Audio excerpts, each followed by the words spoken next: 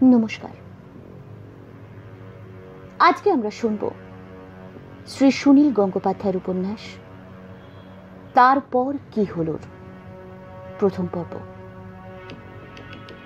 গল্প শুরু করার আগে আপনাদের সকলের কাছে আমার বিনীত অনুরোধ, যদি গল্পটা শুনে ভালো লাগে অবশ্যই এই ভিডিওতে একটা লাইক দিয়ে যেতে ভুলবেন না।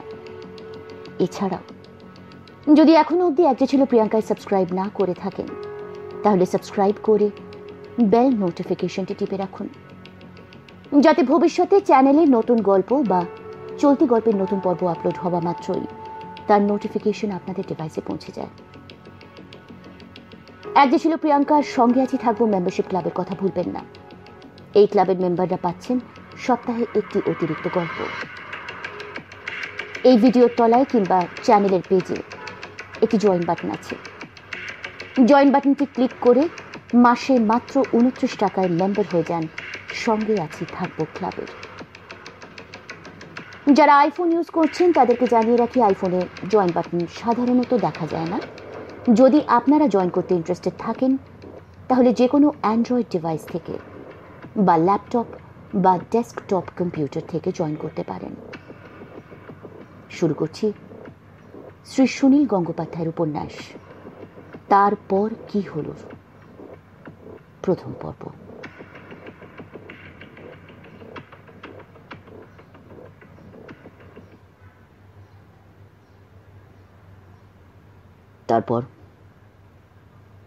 তারপর আমি চোখ মেলে দেখি কেমন যেন নতুন নতুন রাস্তা, হুস হুস করে পাশ দিয়ে বড় বড় গাড়ি যায়। একটা খুব উঁচু গাড়ির মধ্যে দেখি ঘোড়া 6-7টা, না 6-7টা না 9-10টা ঘোড়া গো। আর একটা ভ্যান ভর্তি কলা, কাঁচা কলা, হইলদা না। জায়গাটা কোথায় তা তো জানি না। সেখানে তুমি গেলে কিভাবে? তাও জানি না, ঘুমাইয়া আসলাম তো। কতক্ষণ ঘুমাইছি কে জানে। জেগে উঠে দেখি একটা ট্যাক্সির মধ্যে আমার হাত বাঁধা, মুখ বাঁধা, 2টা লোক 2 পাশে বসে আছে। ঘুমিয়ে পড়েছিলে? কোথায় ঘুমোলে? তার আগে কি করছিলে? তার আগে সাফলদির সঙ্গে সাঁতরাগাছি যাচ্ছিলাম গো। সাফলদিকে? ছেলে না মেয়ে? সাফলদি তো গোলাপির পিসি গো, আপন না, দূর সম্পর্কের। ওই নার্সের কাজ করে, ঘুরে ঘুরে বেড়ায়, মাঝে মাঝে গ্রামে আসে। সাফলদি, অদ্ভুত নাম। নার্সের কাজ করে, ঘুরে ঘুরে বেড়ায়, ভেরি ইন্টারেস্টিং। তার সঙ্গে সাঁতরাগাছি যাচ্ছিলে কেন? ওই সাঁতরাগাছিতে গাজনের মেলা হয় না 3 দিন, খুব বড় মেলা হয়। হাতির পিঠে চেপে শিব ঠাকুর আছে। গোলাপি যাবে সাফলদির সঙ্গে, আমারও জিজ্ঞাসা করলো যাবি? আমিও নেচে উঠলাম। কদিন মেলা দেখি নাই গো। তোমার স্বামী আছে তো, সে তোমাকে যেতে দিতে রাজি হলো? সে বলল যাও, ইচ্ছা যখন হয়েছে তো যাও।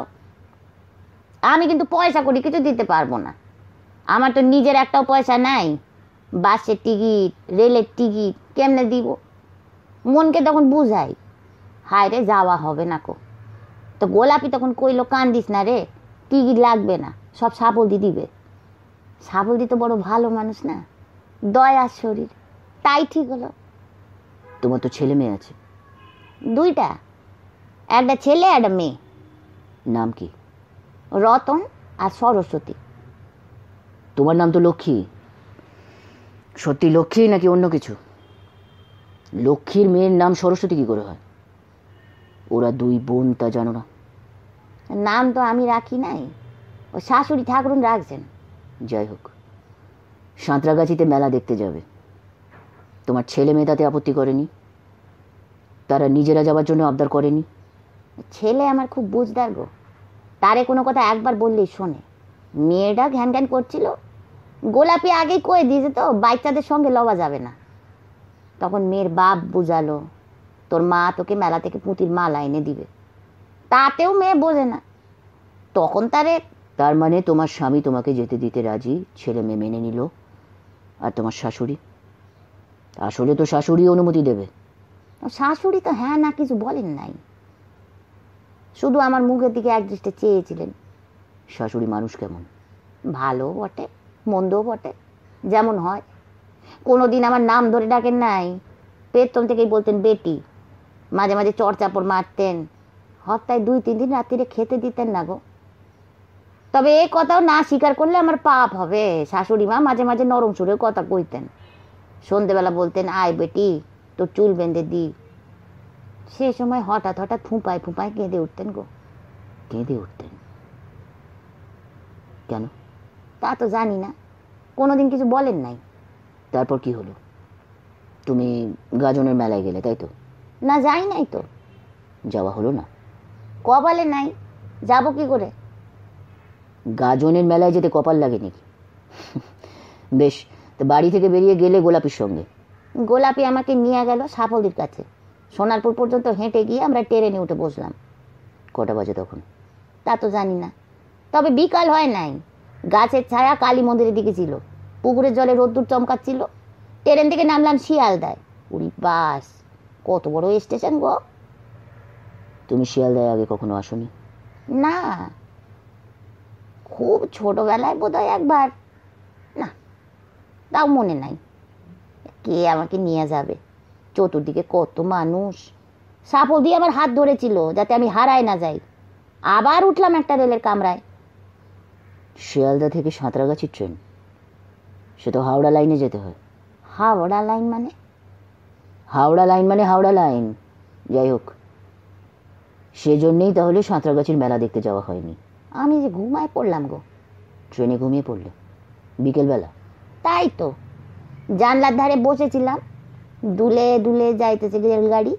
কি সুন্দর, কত ধান ক্ষেত, চিলুবিলু করে বাতাস, নদীর ধারে একখান ভাঙা বাড়ি। ঠিক আছে, ওসব বলতে হবে না। জানলার পাশে বসে তুমি ঘুমিয়ে পড়লে। সাঁতরাগাছি সাঁতরাগাছি আর কত দূরে? তোমায় ডেকে তুললো না? সাপল দিতে আমার একটা পান খেতে দিয়েছিল। কি সুন্দর পান, ঠান্ডা ঠান্ডা, মিঠা মিঠা। মুখে দিতে না দিতেই। পান খেয়েছিলে? তাই বলো। সেই পানে অনেকখানি ঘুমের ওষুধ ছিল। Old story.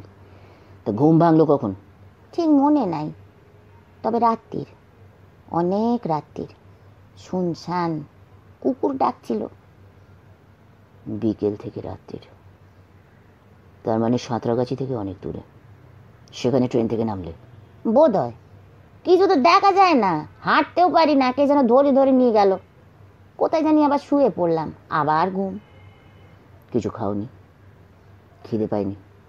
না, বুঝি নাই, এত ঘুম তো। সঙ্গে আর কে কে ছিল তখন? তোমার সেই সাফলদি আর ওই যে কি গোলাপি নাকে? কিছু মনে নাই, জ্বর ব্যাধির মতন আমার ঘুমে ধরেছিল। খুব কড়া ডোজ ছিল। তারপর কি হলো? আবার চোখ মেলে দেখি রোদ্দুর, খুব রোদ্দুর। কোথায়? ট্রেনের কামরায় নাকি গাড়িতে? ঘরের মধ্যে, মেঝেতে একটা চাটাই পাতা, বালিশ নাই, সামনের দেওয়ালি একটা জানলা, চোখের ওপর রোদ্দুর পড়ে। ঘুম ভাঙতে তাড়াতাড়ি উঠে পড়তে গিয়ে দেখি। কি দেখলে? কি হলো, চুপ করে গেলে কেন? ছি ছি, সে আমি কইতে পারবো না গো। আরে আমার কাছে লজ্জা করলে তো চলবে না, সব খুলে বলতে হবে। কি দেখলে ঘরের মধ্যে? সাহেব, 1 গ্লাস জল খাবো। জল খাবে? হ, বড় তেষ্টা পাইছে। জল না পানি? জল আর পানি তো একই সাহেব। তাই নাকি? তো তুমি বাড়িতে কি বলতে? তোমার ছেলেমেয়েরা জল বলে না পানি বলে? জল বলে। তোমরা মুসলমান নও? কি বলেন সাহেব? আমার নাম লক্ষ্মী, ঠাকুর দেবতার নাম কি মুসলমানের হয় নাকি? আমার মেয়ের নাম তো সরস্বতী।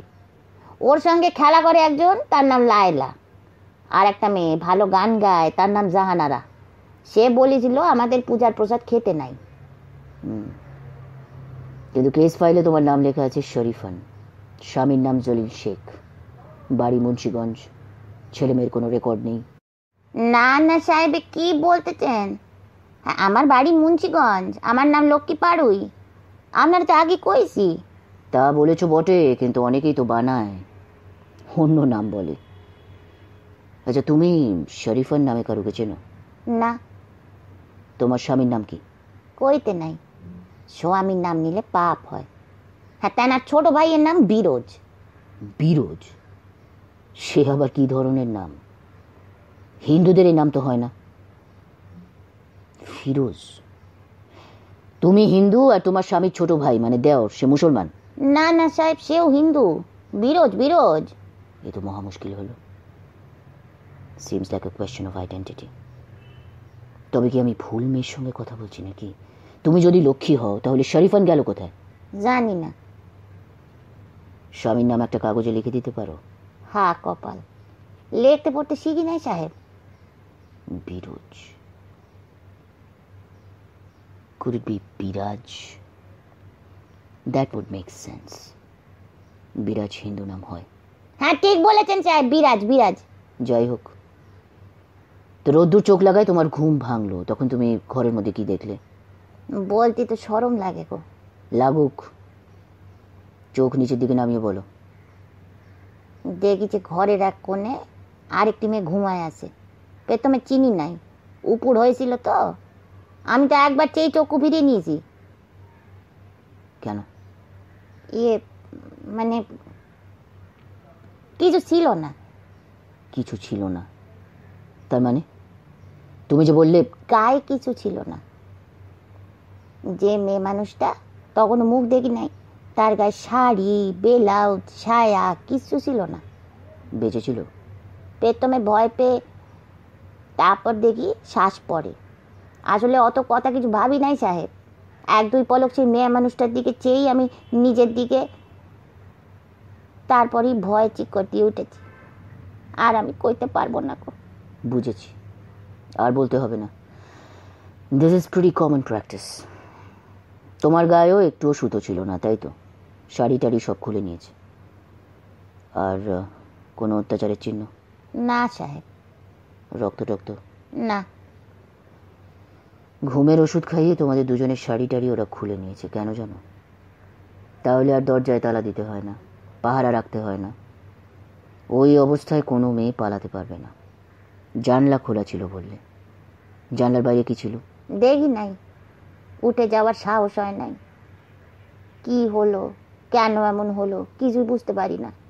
তাই কিছুক্ষণ কাঁদলাম বসে বসে। এর মধ্যে ক্ষুধাও তো পাইছিল খুব। খিদে তো পাবেই, রাত্রে কিছু খাওয়া হয়নি। কার কান্নার সময় তো আবার বেশি খিদে পায়। অন্য মেয়েটির ঘুম ভাঙলো? জি জি। জি। তুমি যে বললে তুমি হিন্দু, হিন্দুরা জি বলে না হ্যাঁ বলে, আর বাঙালরা বলে হ। হ, আমরাও হও বলি, আবার জিও বলি। ফিকিউলিয়া। যাই হোক, অন্য মেয়েটা জেগে উঠলো, সে কি গোলাপি? হ, সেও তো শুরু করলো কান্না গো। দুইজনে দুইজনারে ধরে। Two nude ladies weeping in a small room near the window. The room is dark, bright sunlight outside. এই হচ্ছে দৃশ্যটি। তো কতক্ষণ কাঁদলে? 10-15 মিনিট, তার বেশি সময় তো কান্না থাকে না। তবে ওই 10-15 মিনিটকেই অনেকক্ষণ মনে হয়। দেন হোয়াট? তারপর কি হলো? দরজার ঠেলে ঢুকলো একজন। মেয়ে না পুরুষ? পুরুষ। তোমরা দুজনেই তখন লজ্জা, কোথায় লুকোবে, দেওয়ালের দিকে মুখ ফিরিয়ে রইলে, তাই তো? মেয়েরা সাধারণত এরকমই করে। সাদা দেওয়ালকেই ভরসাস্থল মনে হয়। দেওয়ালটা সাদা ছিল? সাদা না, ঠিক সাদা না, একটু হলদা হলদা। আর এই মানুষটার চ্যাপটা মতো চেহারা গো। চ্যাপটা চেহারা মানে বেটে? বেশি লম্বা না, মোটা, বুকে ওই বন মাইন্সের মতন লোম, হাতে একটা শানকি। শানকি কাকে বলে? শানকি গো, শানকি। ও বুঝেছি, টিনের থালা। আজকাল সেরকম থালা পাওয়া যায়। তো সেই শানকিতে কি খাবার ছিল? কয়েকখান রুটি আর গুড়। সেই শানকিটা রেখে সে চলে গেল। আবার খানিক বাদেই এসে সে দিয়ে গেল আমাদের শাড়ি আর ব্লাউজ। চটি পরে যাওনি? চটি তো ঘরের এক কোণে ছিল গো, নিই নাই। আগে খেতে শুরু করলে না আগে পোশাক পরে নিলে?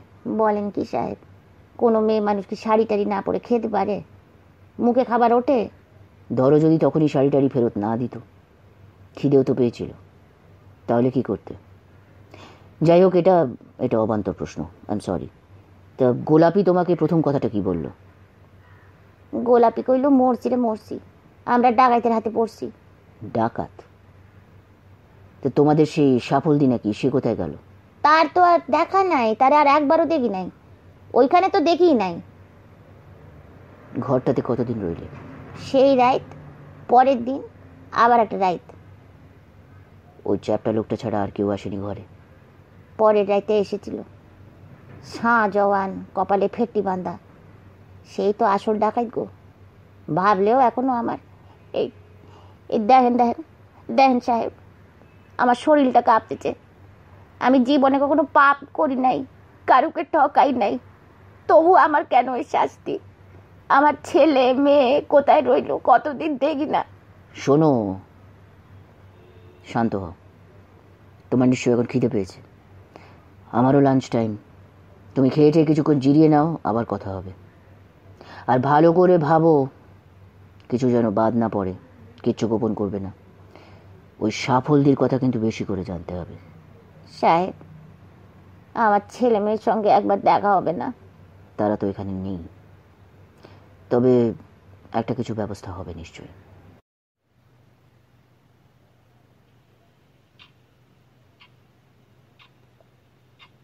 একটা বড় টেবিলের একধারে চেয়ারে বসে আছে মহিলাটি। বয়স বছর 35-36 হবে। খয়েরি রঙের ব্লাউজ ও সস্তা ডুরে শাড়ি পরা, কপালটা অনেকটা চড়া। এইসব মেয়েদের বলা হয় উঁচু কপালি। চেহারা কেমন? অভাব, দারিদ্র্য ও দুর্ভাগ্যে পোড়া মুখ, সুন্দর কি অসুন্দর তার বিচারই চলে না। চোখ মুখ নাক ঠিকঠাকই আছে, মুখে একটা সারল্যের ভাবও আছে। আর এত কাণ্ডের পরও তার স্বাস্থ্যটি খারাপ নয়, আর সেটাই তো তার বিপদের কারণ। 1000 বছর আগে এক কবি লিখেছিলেন, আপনা মাসে হরিণা বৈরী। হরিণীদের মতন মনুষ্য সমাজের নারীদেরও আজ পর্যন্ত প্রধান শত্রু তাদের শরীরের মাংস। এই রমণীর শরীরের গড়নটিও ভালো, বেশি লম্বাও নয়, বেটেও নয়। হাসলে তার বয়স আরো কম দেখায়। টেবিলের এপাশে বসে আছেন এক দীর্ঘকায় বলশালী সুপুরুষ। মাথায় অল্প টাক, চোখে সোনালি ফ্রেমের চশমা, কোট প্যান্ট পরা, কিন্তু গলায় টাই নেই। তার সামনে একটা ফাইল ও হাতে পেন্সিল। মাঝে মাঝে ফাইলের পাতা উল্টালেও তিনি কিছু লেখেন না। পেন্সিলটা টেবিলে ঠুকে টুক টুক শব্দ করছেন। তার ডান পাশে একটু দূরে আরেকটা চেয়ারে বসে আছেন আর একজন মধ্যবয়স্ক ব্যক্তি। ইনি তেমন কিছু সুপুরুষ নন, মাঝারি ধরনের চেহারা, বরং একটু মোটার দিকে ধাত। কলার দেওয়া পাঞ্জাবি ও পাজামা পরা, মাথার চুল নুন গোলমরিচ রঙের, তীক্ষ্ণ নাক, গায়ের রং কালো নয় আবার বেশি ফর্সাও নয়। ইনি প্রায় নিঃশব্দ, একটার পর একটা সিগারেট টেনে যাচ্ছেন। উচ্চপদস্থ রাজপুরুষটি রমণীটিকে বললেন, শোনো, তুমি শরীফান না লক্ষ্মী সে বিষয়ে আমি এখনো মনস্থির করতে পারিনি। ফাইলটাতে পরিষ্কার কিছু বোঝা যাচ্ছে না। সে যাই হোক, তোমার অভিজ্ঞতার কাহিনী খুব লম্বা করার দরকার নেই, আসল ঘটনাগুলো জানলেই হবে। আমি কতগুলো প্রশ্ন করব, তার ঠিক ঠিক উত্তর দেবে। প্রথম কথা, তুমি বলছো তোমার 2টি ছেলে মেয়ে আছে। তারপর এর মধ্যে তুমি কি আর প্রেগনেন্ট হয়েছিলে? মানে তোমার পেটে কি আর সন্তান এসেছিল? না সাহেব। ঠিক বলছো? জি সাহেব, আমার মায়ের দিব্যি বলছি। তোমার মা বেঁচে আছেন? আগে না, আমার 11 বছর বয়সে মা। যারা মারা গেছেন তাদের নামে মিথ্যে দিব্যিকাটা সহজ। শোনো, তুমি বাড়ি ছাড়া হয়ে আছো প্রায় 1 বছর। এর মধ্যে তোমার একবার অ্যাবর্শন হয়েছে, মেডিকেল রিপোর্ট আছে আমার কাছে। তাহলে নিশ্চয়ই অন্য কারোর সঙ্গে। না না না সাহেব, 1 বছর না, বড় জোর 7-8 মাস হবে গো। পেটে যদি কিছু এসে থাকে তবে তা আগেই আমার স্বামীর। আমি কখনো অন্য কোনো। শোনো, তোমরা গ্রামের মেয়ে, তোমরা সরলভাবে কিছু কিছু মিথ্যে কথা বলো, আমি জানি। কোনো কোনো ঘটনা মেনে নেওয়ার চেয়ে মৃত্যুও ভালো মনে করো, তাই না? কিন্তু তোমাকে বাঁচাবার জন্যই সব সত্যি কথা জানা আমাদের দরকার। তুমি যাই বলো না কেন, ডাক্তারি পরীক্ষায় আসল সত্য ধরা পড়ে যায়। তোমার একবার গর্ভপাত হয়েছে 3 মাস আগে। তখন তোমার গর্ভের ফুলটির বয়স ছিল 3.5 মাস। সুতরাং সেটি তোমার স্বামীর সন্তান হতে পারে না। রমণীটি মুখ নিচু করে রইল। রাজপুরুষটি তার ডান দিকের বন্ধুটির দিকে এক পলক তাকিয়ে নিজেও একটি সিগারেট ধরালেন।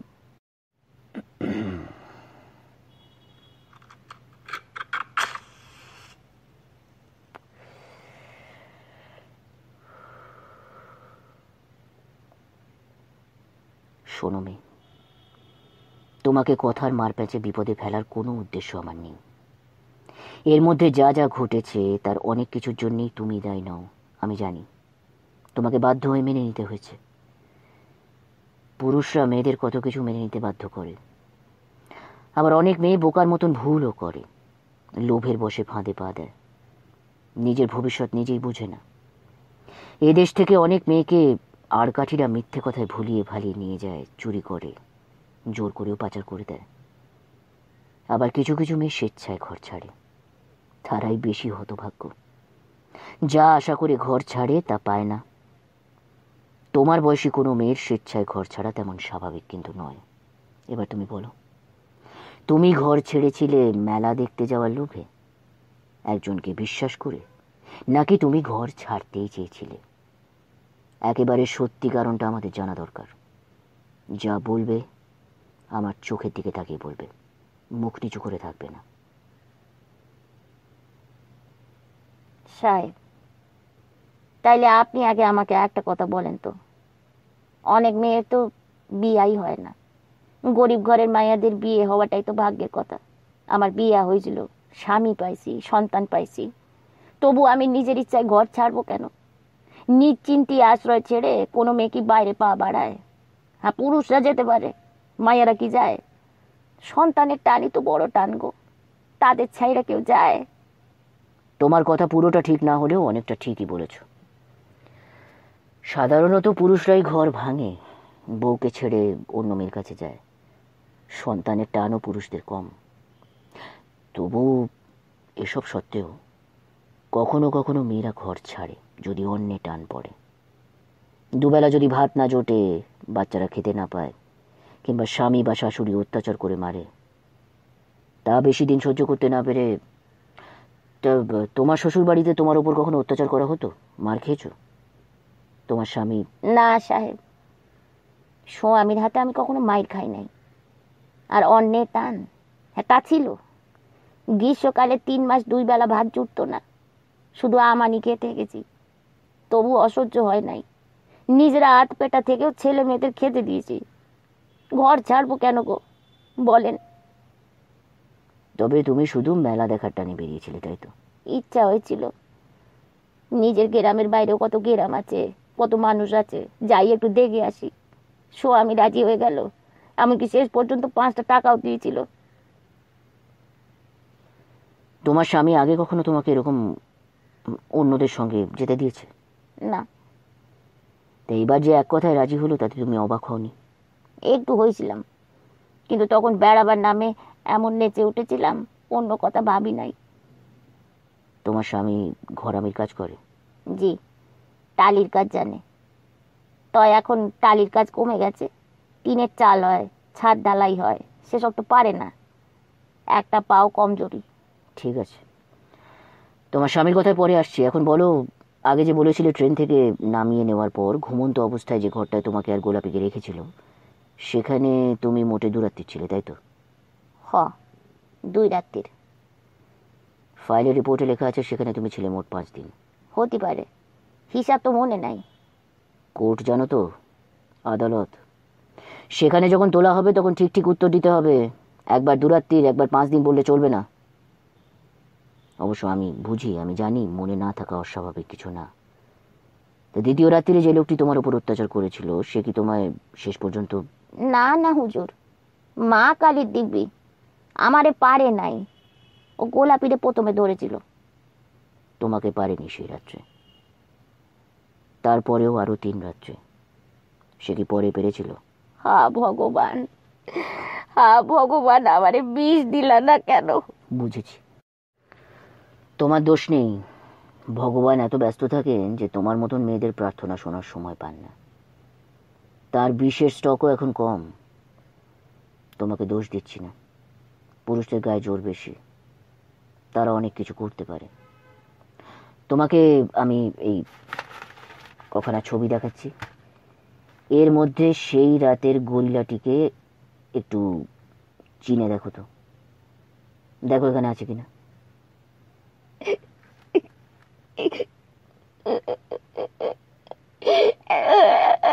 কাঁদছো কেন? চোখের জল এখন খরচ করো না, পরে অন্য কোনো সময়ের জন্য তুলে রাখো। ছবিগুলো ভালো করে দেখো, একজন কেউ চিনতে পারছো? না সাহেব। এরা সবাই একবার করে ধরা পড়েছে। তোমার কাছে যে এসেছিল সে তাহলে আরো গভীর জলের মাছ। এদের মধ্যে প্রথা আছে, যেসব মেয়েদের এরা ভুলিয়ে ভালিয়ে কিংবা জোর করে নিয়ে আসে, দূরে কোথাও বিক্রি করে দেয়, তারা মানে যে এদের পান্ডা, সে প্রত্যেকটি মেয়েকে একবার গুরু প্রসাদী করে দেয়। তার প্রধান উদ্দেশ্য দুটি, এক তো নিজেদের যৌন লোভ মেটানো, আর দ্বিতীয় হলো এইসব মেয়েদের মধ্যে একটা অপরাধ বোধ বা পাপ বোধ ঢুকিয়ে দেওয়া হয়। অর্থাৎ সতীত্ব তো নষ্ট হয়ে গেলই, এখন আর বেশি তেড়িবেড়ি করে কি হবে? ফিরে যাওয়ার পথ যে বন্ধ, তা যে কোনো গ্রামের মেয়েও জানে। ধরবো, পাড়ের গোদাটাকেও ধরবো। শোনো, ট্রেন থেকে নামিয়ে তোমাদের যেখানে রাখা হয়েছিল সেই জায়গাটার নাম সালার, মুর্শিদাবাদ জেলার সালার।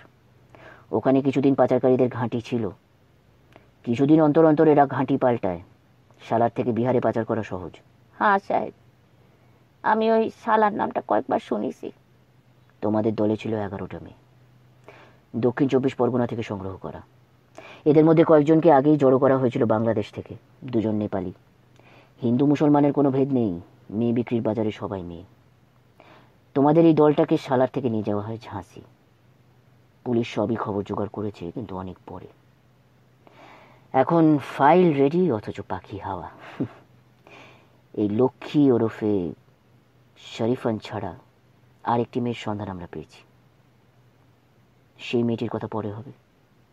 সাহেব গো, গোলাপির কি হলো? সে কোথায় গেল? ফাইলে তো তার কথা বিশেষ কিছু নেই। যতদূর মনে হয় তাকে পাচার করা হয়েছে সৌদি আরবে। তোমাকেও সেখানে পাঠাবার সব ব্যবস্থা ঠিকঠাক হয়ে গিয়েছিল, একেবারে শেষ মুহূর্তে বোধহয় আটকে যায়। পুলিশের তাড়াকে পালায়, নইলে এতক্ষণে তুমি পা পর্যন্ত ঢাকা বোরখা পরে থাকতে আর আরব শেখদের পদসেবা করতে। এই সৌদি আরব কোথায় গো? তোমাদের গ্রাম থেকে কিছুটা দূরে, ডায়মন্ড হারবার থেকেও দূরে, কলকাতা থেকেও। সে যাই হোক, আসল কথা হলো তুমি কতদূর গিয়েছিলে আর কোথা থেকে ফিরলে।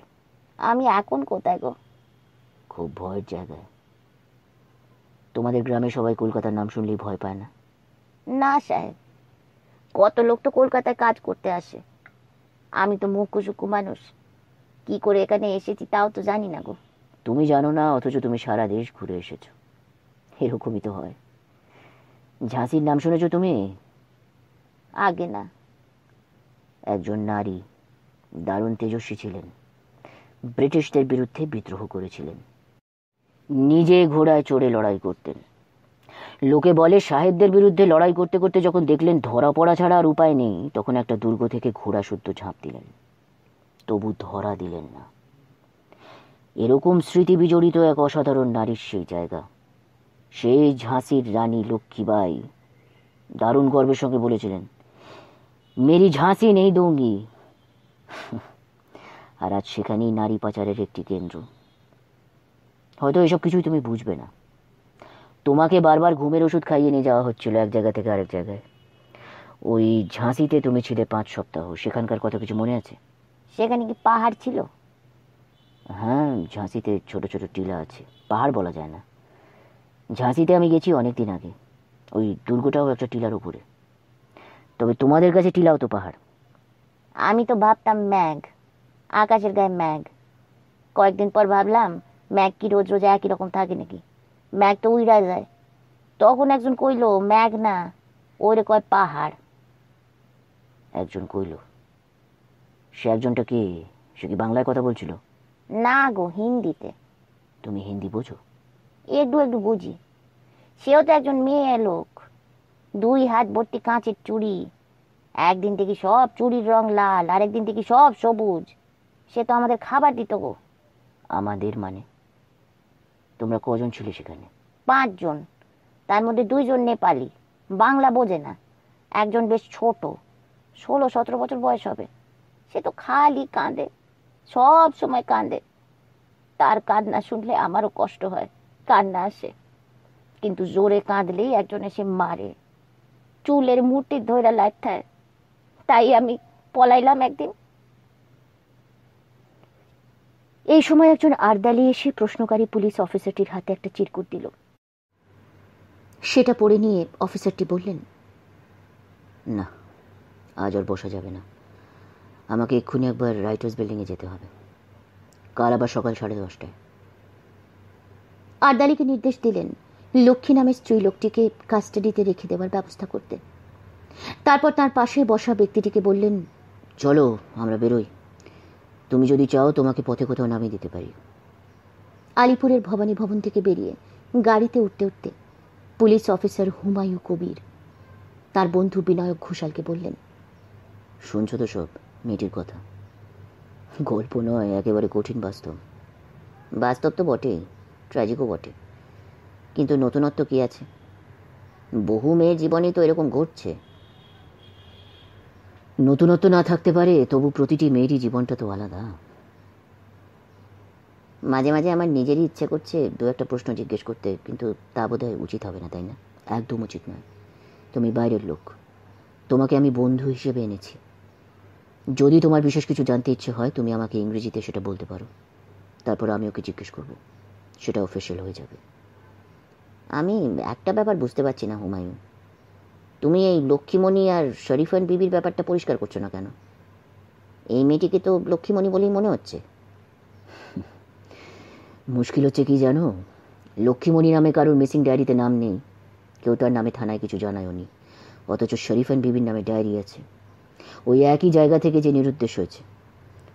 অথচ ঘটনা যা ঘটছে, মানে মেয়েটি যা বলছে, তাও ফাইলের রিপোর্টের সঙ্গে অনেকটা মিলে যাচ্ছে।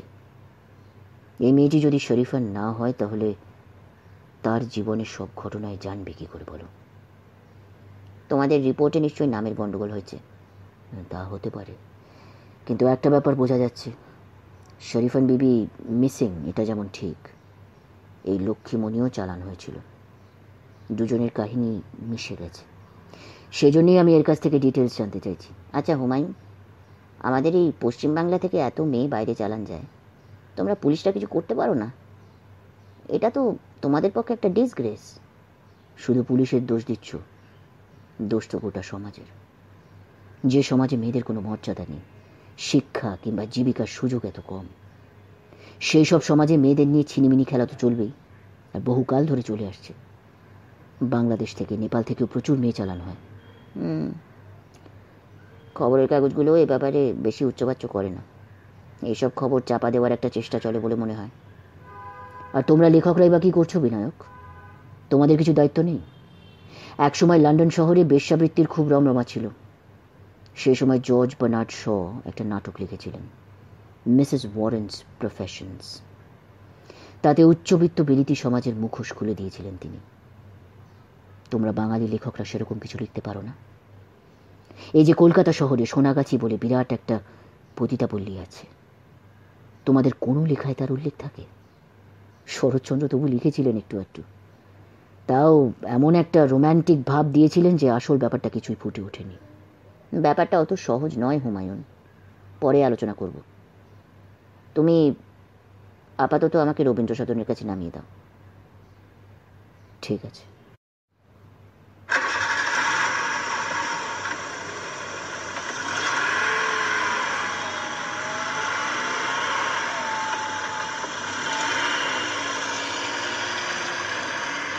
তুমি কাল আসছো? আমি বরং অফিসে আসার সময় তোমায় বাড়ি থেকে তুলে নেব, অ্যারাউন্ড 10। আমি চাই তুমি এই মেয়েটির ঘটনা সবটা শুনে দেখো। তুমি এর থেকে তোমার লেখার মাল মশলা পেয়ে যেতে পারো। ঠিক আছে, আমি 10টার সময় তৈরি থাকবো। একটু পরে গাড়ি থেকে বিনায়ক নেমে গেলেন। রবীন্দ্র ভবনে এখন একটা নাট্য উৎসব চলছে। ভারতের বিভিন্ন রাজ্য থেকে এসেছে নাটকের দল। বড় বড় সব ছবিওয়ালা হোর্ডিং চতুর্দিকে, লোকজন আসছে প্রচুর। বিনায়ক গেট দিয়ে ঢুকে একটুক্ষণ দাঁড়িয়ে রইলেন। এইসব নাটকের কত উচ্চাঙ্গের শিল্পের ব্যাপার থাকে। নারী স্বাধীনতার বিষয়ে বাণী দেওয়া হয়, দর্শকরা উপভোগ করে। আর এখান থেকে 30-40 মাইল দূরে যেসব গ্রাম, সেখান থেকে গরিব ঘরের মেয়েরা আজও পাচার হচ্ছে, বিক্রি হচ্ছে মাংসের বাজারে, চালান যাচ্ছে আরব দেশে। এটাই বাস্তবতা। সেই সব মেয়েরা সারা জীবনে জানতেই পারে না স্বাধীনতা কাকে বলে। বিনায়ক একটা ছোট্ট দীর্ঘশ্বাস ফেলে নাটক দেখার জন্য হলের মধ্যে ঢুকে গেলেন। তিনি এখানকার একজন কমিটি মেম্বার, তার টিকিট লাগে না।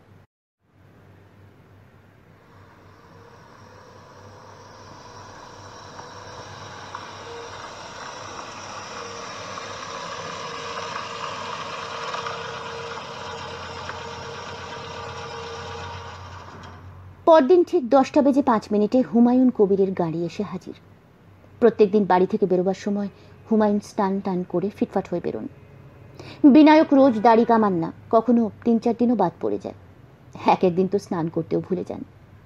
বিনায়কের স্ত্রী একটি স্কুলে পড়ান। তিনি বেরিয়ে যান একটু আগেই। ওদের একটিমাত্র ছেলে কলেজে পড়ে। সে বলল, বাবা তুমি বেরোচ্ছ? আমার আজ 100টা টাকা লাগবে। বিনায়ক মানি ব্যাগ রাখেন না। শার্টের বুক পকেট থেকে 100 টাকার একটা নোট বার করে দিয়ে হেসে বললেন, আমি যখন কলেজে পড়তাম তখন আমার বাবা আমাকে সারা মাসের জন্য মোটে 30 টাকা হাত খরচ দিতেন, আর তুই যখন তখন 100 টাকা চাস। তোমাদের সে আমলে টাকার দাম কত বেশি ছিল বলো? তুমি তো বলেছিলে সে সময় 5 টাকায় একটা চিংড়ির কাটলেট পাওয়া যেত, এখন তো 50 টাকা। বিনায়কের মনে পড়ল, ছাত্র বয়সে তিনি বন্ধুদের পাল্লায় পড়ে একবার সোনাগাছি বেশ্যাপল্লীতে গিয়েছিলেন। ওই নিষিদ্ধ এলাকাটা সম্পর্কে কৌতূহল ছিল কৈশোর বয়স থেকেই। বাসে করে ওই এলাকার পাশ দিয়ে যাওয়ার সময় আর চোখে তাকাতেন। কলেজে এসে অনেক সংস্কারই ভাঙতে ইচ্ছে করে। বেশ্যাপল্লীতে গিয়ে ঠিক অপরাধ বোধ হয়নি, তবে কেন যেন একটু একটু ভয় করছিল। গল্প উপন্যাসে ওইসব জায়গার সঙ্গে গুন্ডা বদমাশদের যোগাযোগের কথাও থাকে। সেদিন 3 বন্ধুতে মিলে একটি মেয়ের ঘরে গিয়ে কিছুক্ষণ গল্প টল্প করে চলে এসেছিলেন। একজন বন্ধু শুধু চলে আসার আগে হঠাৎ মেয়েটিকে জড়িয়ে ধরে একটা চুমু খেয়েছিল। বিনায়ক মেয়েটিকে একবারও স্পর্শ করেননি। 1 ঘন্টা সেই মেয়েটির ঘরে সময় কাটাবার জন্য দিতে হয়েছিল 15 টাকা। সেটাই তার রেট। 3 বন্ধু ভাগাভাগি করে দিয়েছিল টাকাটা। তার ছেলে কাটলেটের দাম বলা মাত্র বিনায়কের হঠাৎ যেন এক বেশ্যার 1 ঘন্টার রেটের কথা মনে পড়ল। স্মৃতির এই লেখা বোঝা খুব শক্ত। এখন ওদের রেট কত বিনায়ক তো আর কখনো জাননি। এ কথাও তার অবধারিতভাবে মনে হচ্ছে।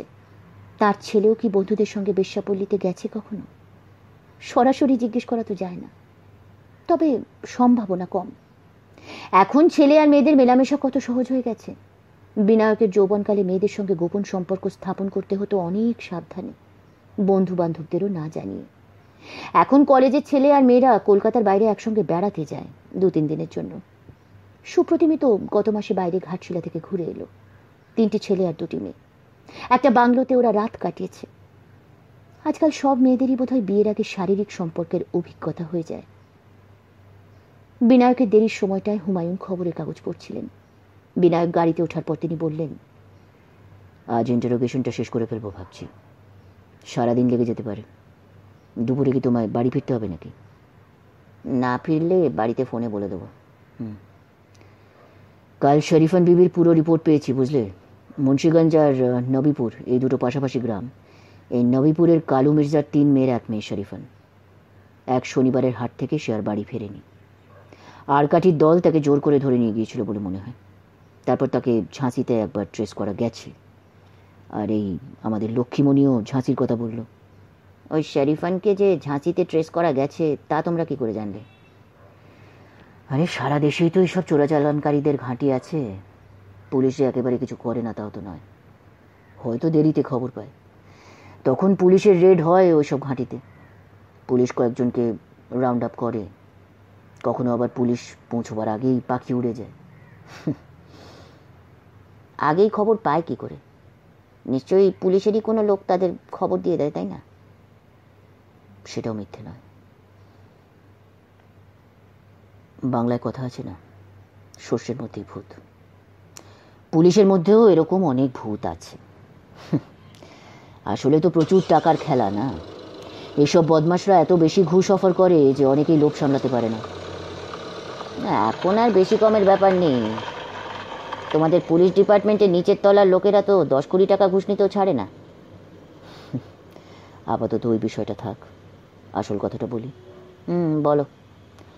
বিভিন্ন রাজ্যের পুলিশ এইসব মেয়ে পাচারকারীদের ধরে যেসব রিপোর্ট বানায় সেগুলো আবার সব রাজ্যে এক্সচেঞ্জ হয়। সবগুলো মিলিয়ে আমরা আবার একটা রিপোর্ট তৈরি করি। সেই অনুযায়ী ঝাঁসিতে এক শরীফানের উল্লেখ আছে, যদিও সেখানে তাকে উদ্ধার করা যায়নি। লক্ষ্মীমণির কোনো কিছু উল্লেখ আমরা এ পর্যন্ত পাইনি, অথচ এর কাহিনীটাও তো মিথ্যে হতে পারে না। বোঝাই যাচ্ছে তোমাদের রিপোর্টে ভুল আছে। আচ্ছা, তুমি কি করে লক্ষ্মীমণিকে বললে যে সে ঝাঁসিতে 5 সপ্তাহ ছিল? পুলিশ যখন কোনো একটা পাচারকারীদের আখড়ায় গিয়ে রেড করে, তখন যদি দেরি হয়ে যায়, যদি মেয়েদের নিয়ে দালালরা আগেই পালিয়ে যায়, সেখানেও কাছাকাছি কিছু লোককে পুলিশ জেরা করে। এমন কয়েকজনকে পাওয়াই যায় যারা ওইসব পাচারকারীদের সাহায্য করে। তাদের অ্যারেস্ট করতে হয়। তারা তো সব চুনোপুটি। চুনোপুটি হলেও তাদের পেট থেকে অনেক খবর বার করা যায়। তাদের কাছ থেকে কিছু কিছু মেয়ের নামও জোগাড় হয়। এইসব মিলিয়েই একটা কেস হিস্ট্রি তৈরি হয়, বুঝলে তো। আরও 2 জায়গায় শরীফানের উল্লেখ আছে। একবার সে প্রেগনেন্ট হয়েও পড়েছিল। শেষবার তার উল্লেখ আছে দিল্লির এক রিপোর্টে। তার থেকেই বোঝা যাচ্ছে সে আরব দেশে চালান হয়নি। প্রেগনেন্ট হয়ে গেলে তার বাজার দর অনেক কমে যায়। এমনও তো হতে পারে ঝাঁসিতে 2 ব্যাচ মেয়ের মধ্যে শরীফান আর লক্ষ্মীমণি দুজনেই ছিল। তবু কেউ কাউকে চিনবে না। সেটাও কিন্তু অসম্ভব কিছু নয়, ভেবে দেখো। দেখা যাক জেরায় শেষ পর্যন্ত লক্ষ্মীমণি আর শরীফানের কাহিনীর আলাদা কিছু বেরিয়ে আসে কিনা। দিল্লিতে রেড করে অনেক মেয়েকে উদ্ধার করা হয়েছে, কিন্তু সেখানেও শরীফানকে পাওয়া যায়নি। একটা পিকুলিয়ার ব্যাপার কি জানো, দিল্লিতে একজন লক্ষ্মীমণির উল্লেখ আছে। সে আর এই মেয়েটি একই কিনা তা এখনো বলা যাচ্ছে না। দেখা যাক এর গল্প কোথায় গিয়ে পৌঁছয়। দিল্লির লক্ষ্মীমণিকে কিন্তু রিপোর্টে মৃত বলা হয়েছে, সে খুন হয়। আরে, কাহিনীর শেষটা আগেই বলে দিও না। মনে তো হচ্ছে 2টো লক্ষ্মীমণি আলাদা হওয়াটাই সম্ভব। 2 বন্ধু 2টি সিগারেট ধরালেন। কাল তো তুমি আমাকে রবীন্দ্র সদনে নামিয়ে দিয়ে গেলে। তারপর আমি একটা নাটক দেখলাম। নাট্য উৎসব চলছে তো। আমার গোড়ার দিকে মিনিট 7 বাদ গেছে। সেই নাটকটার কথা একটু শুনবে? অফকোর্স শুনবো। কার নাটক? বিজয় তেন্ডুলকারের। নাম শুনেছ? বাহ, শুনবো না কেন। ওর ওই ঘাসিরাম কোতওয়াল নামে একটা নাটক তো খুব নাম করেছিল। উনি তো মোস্ট প্রবাবলি মারাঠি ভাষায় লেখেন, রাইট? আমি তো ভেবেছিলাম পুলিশের লোকেরা নাটক ফাটকের কোনো খবরই রাখে না। ঠিকই বলেছ, নাটকটা মারাঠি ভাষায়, কিন্তু বুঝতে আমার কোনো অসুবিধা হয়নি। নাটকটার নাম কমলা। এক দিন বেশ মজার ব্যাপার হয়।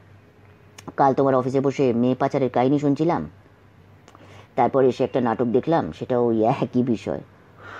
তোমার তো মনে আছে একবার রাজস্থানের একটা মেলা সম্পর্কে রিপোর্ট বেরিয়েছিল দিল্লির কাগজে, তাতে হেভি হইচই পড়ে গিয়েছিল।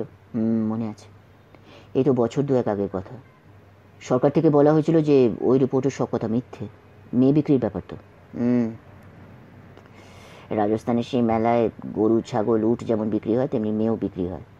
রিপোর্টে তো এই কথাই ছিল। প্রকাশ্যে মেয়েরা সার বেঁধে বসে আছে, লোকেরা বেছে বেছে দরদাম করে দেন, কিনে নেন। একটা গরুর চেয়ে একটা মেয়ের দাম সস্তা পড়ে বোধ হয়। এটা বেশি বাড়াবাড়ি হয়ে গেছে। এটা সাংবাদিকদের গিমিক। এখনকার দিনে এটা হতে পারে না। গোপনে মেয়ে পাচার হয় ঠিকই, কিন্তু প্রকাশ্যে মেয়ে বিক্রি, দ্যাটস অ্যাবসার্ড। এইরকমই তো অভিযোগ করা হয়েছিল সাংবাদিকটি সম্পর্কে, তাই নিয়েই তো নাটক। সাংবাদিকটিকে যখন দিল্লির অনেকে মিলে খুব অপমান করে, তখন সে সত্যি সত্যি ওই মেলায় চলে গিয়ে 7,000 না কত হাজার টাকা দিয়ে সত্যি সত্যি একটা মেয়েকে কিনে নিয়ে আসে। ওই মেয়েটিরই নাম কমলা, বিবাহিত, স্ত্রী আছে। স্ত্রীকে বুঝিয়ে মেয়েটিকে সে নিজের বাড়িতে এনে রেখেছিল। সে ঠিক করেছিল পার্লামেন্ট খুললে সে মেয়েটিকে একেবারে পার্লামেন্টের সামনে হাজির করে দেখাবে যে দেশে মেয়েদের নিয়ে কত নৃশংস অমানবিক কাণ্ড চলছে। তারপর সেই সাংবাদিককেই পুলিশ গ্রেপ্তার করে, তাই তো? কারণ মানুষ বিক্রি করা যেমন বেআইনি, তেমনি মানুষ কেনাও সমাজে বেআইনি। Right you are. নাটকে অবশ্য একটু অন্যরকম দেখানো হয়েছে। মোট কথা তুমি কাল বলছিলে এই সমস্যা নিয়ে সাহিত্যিকরা মাথা ঘামায় না কেন। এটা একজন নাম করা নাট্যকার লিখেছেন, তা নিয়ে একসময় কিছুটা হইচইও হয়েছিল। তাতে কি সমস্যাটা একটুও কমলো? সাহিত্য দিয়ে সমস্যার সমাধান করা যায় না ভায়া। কাল যারা নাটকটা দেখলেন তারাও একটা ভালো নাটক, ভালো অভিনয় এসব নিয়ে মুগ্ধ হচ্ছেন। সমস্যাটা নিয়ে কিন্তু মাথা ঘামাবেন না। বার্নার্ড শয়ের যে নাটকটার কথা বলছিলে, সেটাও ইংল্যান্ডের মেয়েদের অবস্থা নিশ্চয়ই কিছু বদলাতে পারেনি। লন্ডনে তো এখনও প্রচুর বেশ্যাবৃত্তি চলে। তা বলে তোমরা দায়িত্ব এড়িয়ে যেতে পারো না বিনায়ক। বারবার লিখে মানুষকে সচেতন করতে হয়। গাড়ি পৌঁছে গেছে ভবানী ভবনে। নেমে দাঁড়াবার পর বিনায়ক বলল, আর একটা কথা শোনো, ওই নাটকে একটা দৃশ্য আমার বিশেষ ভালো লেগেছে, একটু দাঁড়াও। হুমায়ুন গেটের পাশটায় সরে এলেন। সাংবাদিক তো কমলা নামের মেয়েটিকে বাড়িতে এনে রেখেছেন। তার স্ত্রী বিদুষী সুন্দরী, কোনো একটা কলেজে পড়ান, সমাজের আলোকপ্রাপ্তা মহিলা যাকে বলে আর কি। তিনিও এই মেয়ে বিক্রির ব্যাপারটাতে খুব উত্তেজিত। তিনি কমলার প্রতি সহানুভূতিশীল, ভালো শাড়ি দিয়েছেন, ভালো খেতে দিয়েছেন। তারপর খুঁটিয়ে খুঁটিয়ে জিজ্ঞেস করতে লাগলেন কমলার বাড়ির কথা, সংসারে কতটা অভাব, কেন তাকে বিক্রি করে দেওয়া হচ্ছে এইসব। তো কমলাকে যে কিনে আনা হয়েছে সে নিজে কিন্তু তা একটু অস্বাভাবিক মনে করে না। একসময় সে খুব সরলভাবে প্রশ্ন করলো, মাইজি, আপনার সাহেব আপনাকে কত দিয়ে কিনেছিলেন? মহিলা আঁতকে উঠে বললেন, না না, আমাদের এখানে। ভদ্রমহিলা যাই বলুন, প্রশ্নটা তো মিথ্যে নয়। তোমাদের মুসলমানদের মধ্যে কী সিস্টেম ঠিক জানি না, হিন্দুদের মধ্যে মানে যতই বেআইনি বলা হোক তবু তো নানানভাবে পণ প্রথা চলছে। বাঙালি মেয়ের বাপ ছেলের বাপকে টাকা দেয়, উত্তর ভারতে পাত্রপক্ষ টাকা দেয়। কেনা বেচাই তো হলো নাকি? ঠিকই বলেছ। চলো, চলো যাওয়া যাক। শেষ হলো শ্রী সুনীল গঙ্গোপাধ্যায়ের উপন্যাস তারপর কি হলোর প্রথম পর্ব। নমস্কার।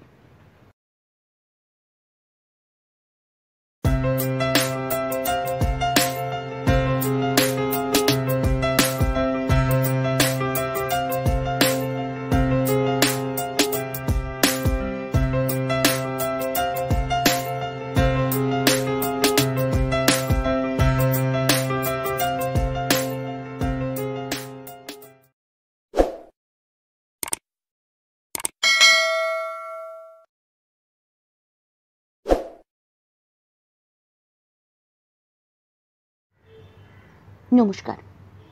আজকে আমরা শুনব শ্রী সুনীল গঙ্গোপাধ্যায়ের উপন্যাস তারপর কি হলোর দ্বিতীয় পর্ব। গল্প শুরু করার আগে আপনাদের সকলের কাছে আমার বিনীত অনুরোধ, যদি গল্পটা শুনে ভালো লাগে অবশ্যই এই ভিডিওতে একটা লাইক দিয়ে যেতে ভুলবেন না।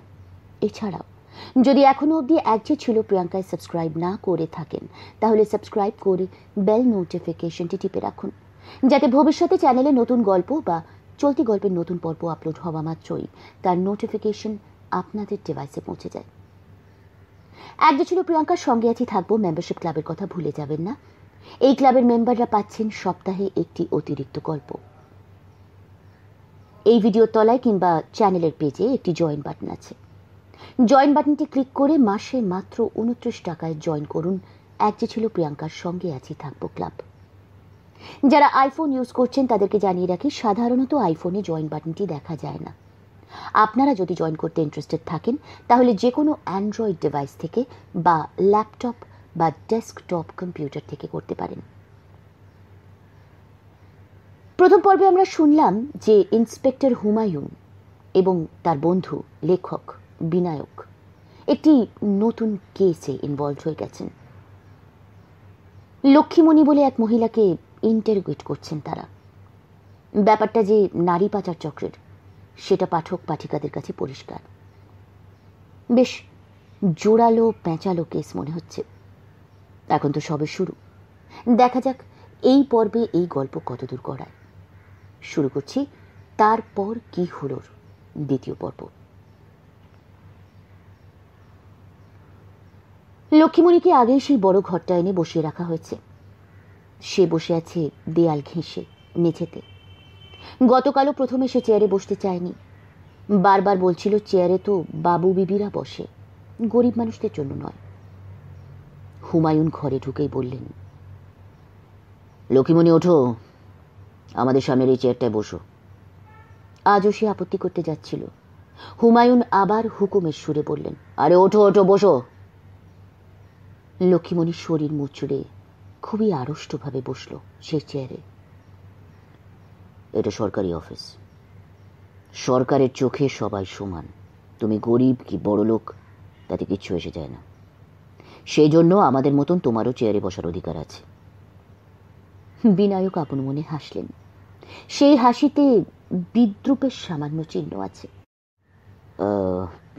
কাল তোমাকে যেখানে রাখা হয়েছিল সেখানে তোমার কোনো অসুবিধা হয়নি তো? অসুবিধে? ছি ছি, কিসের অসুবিধে?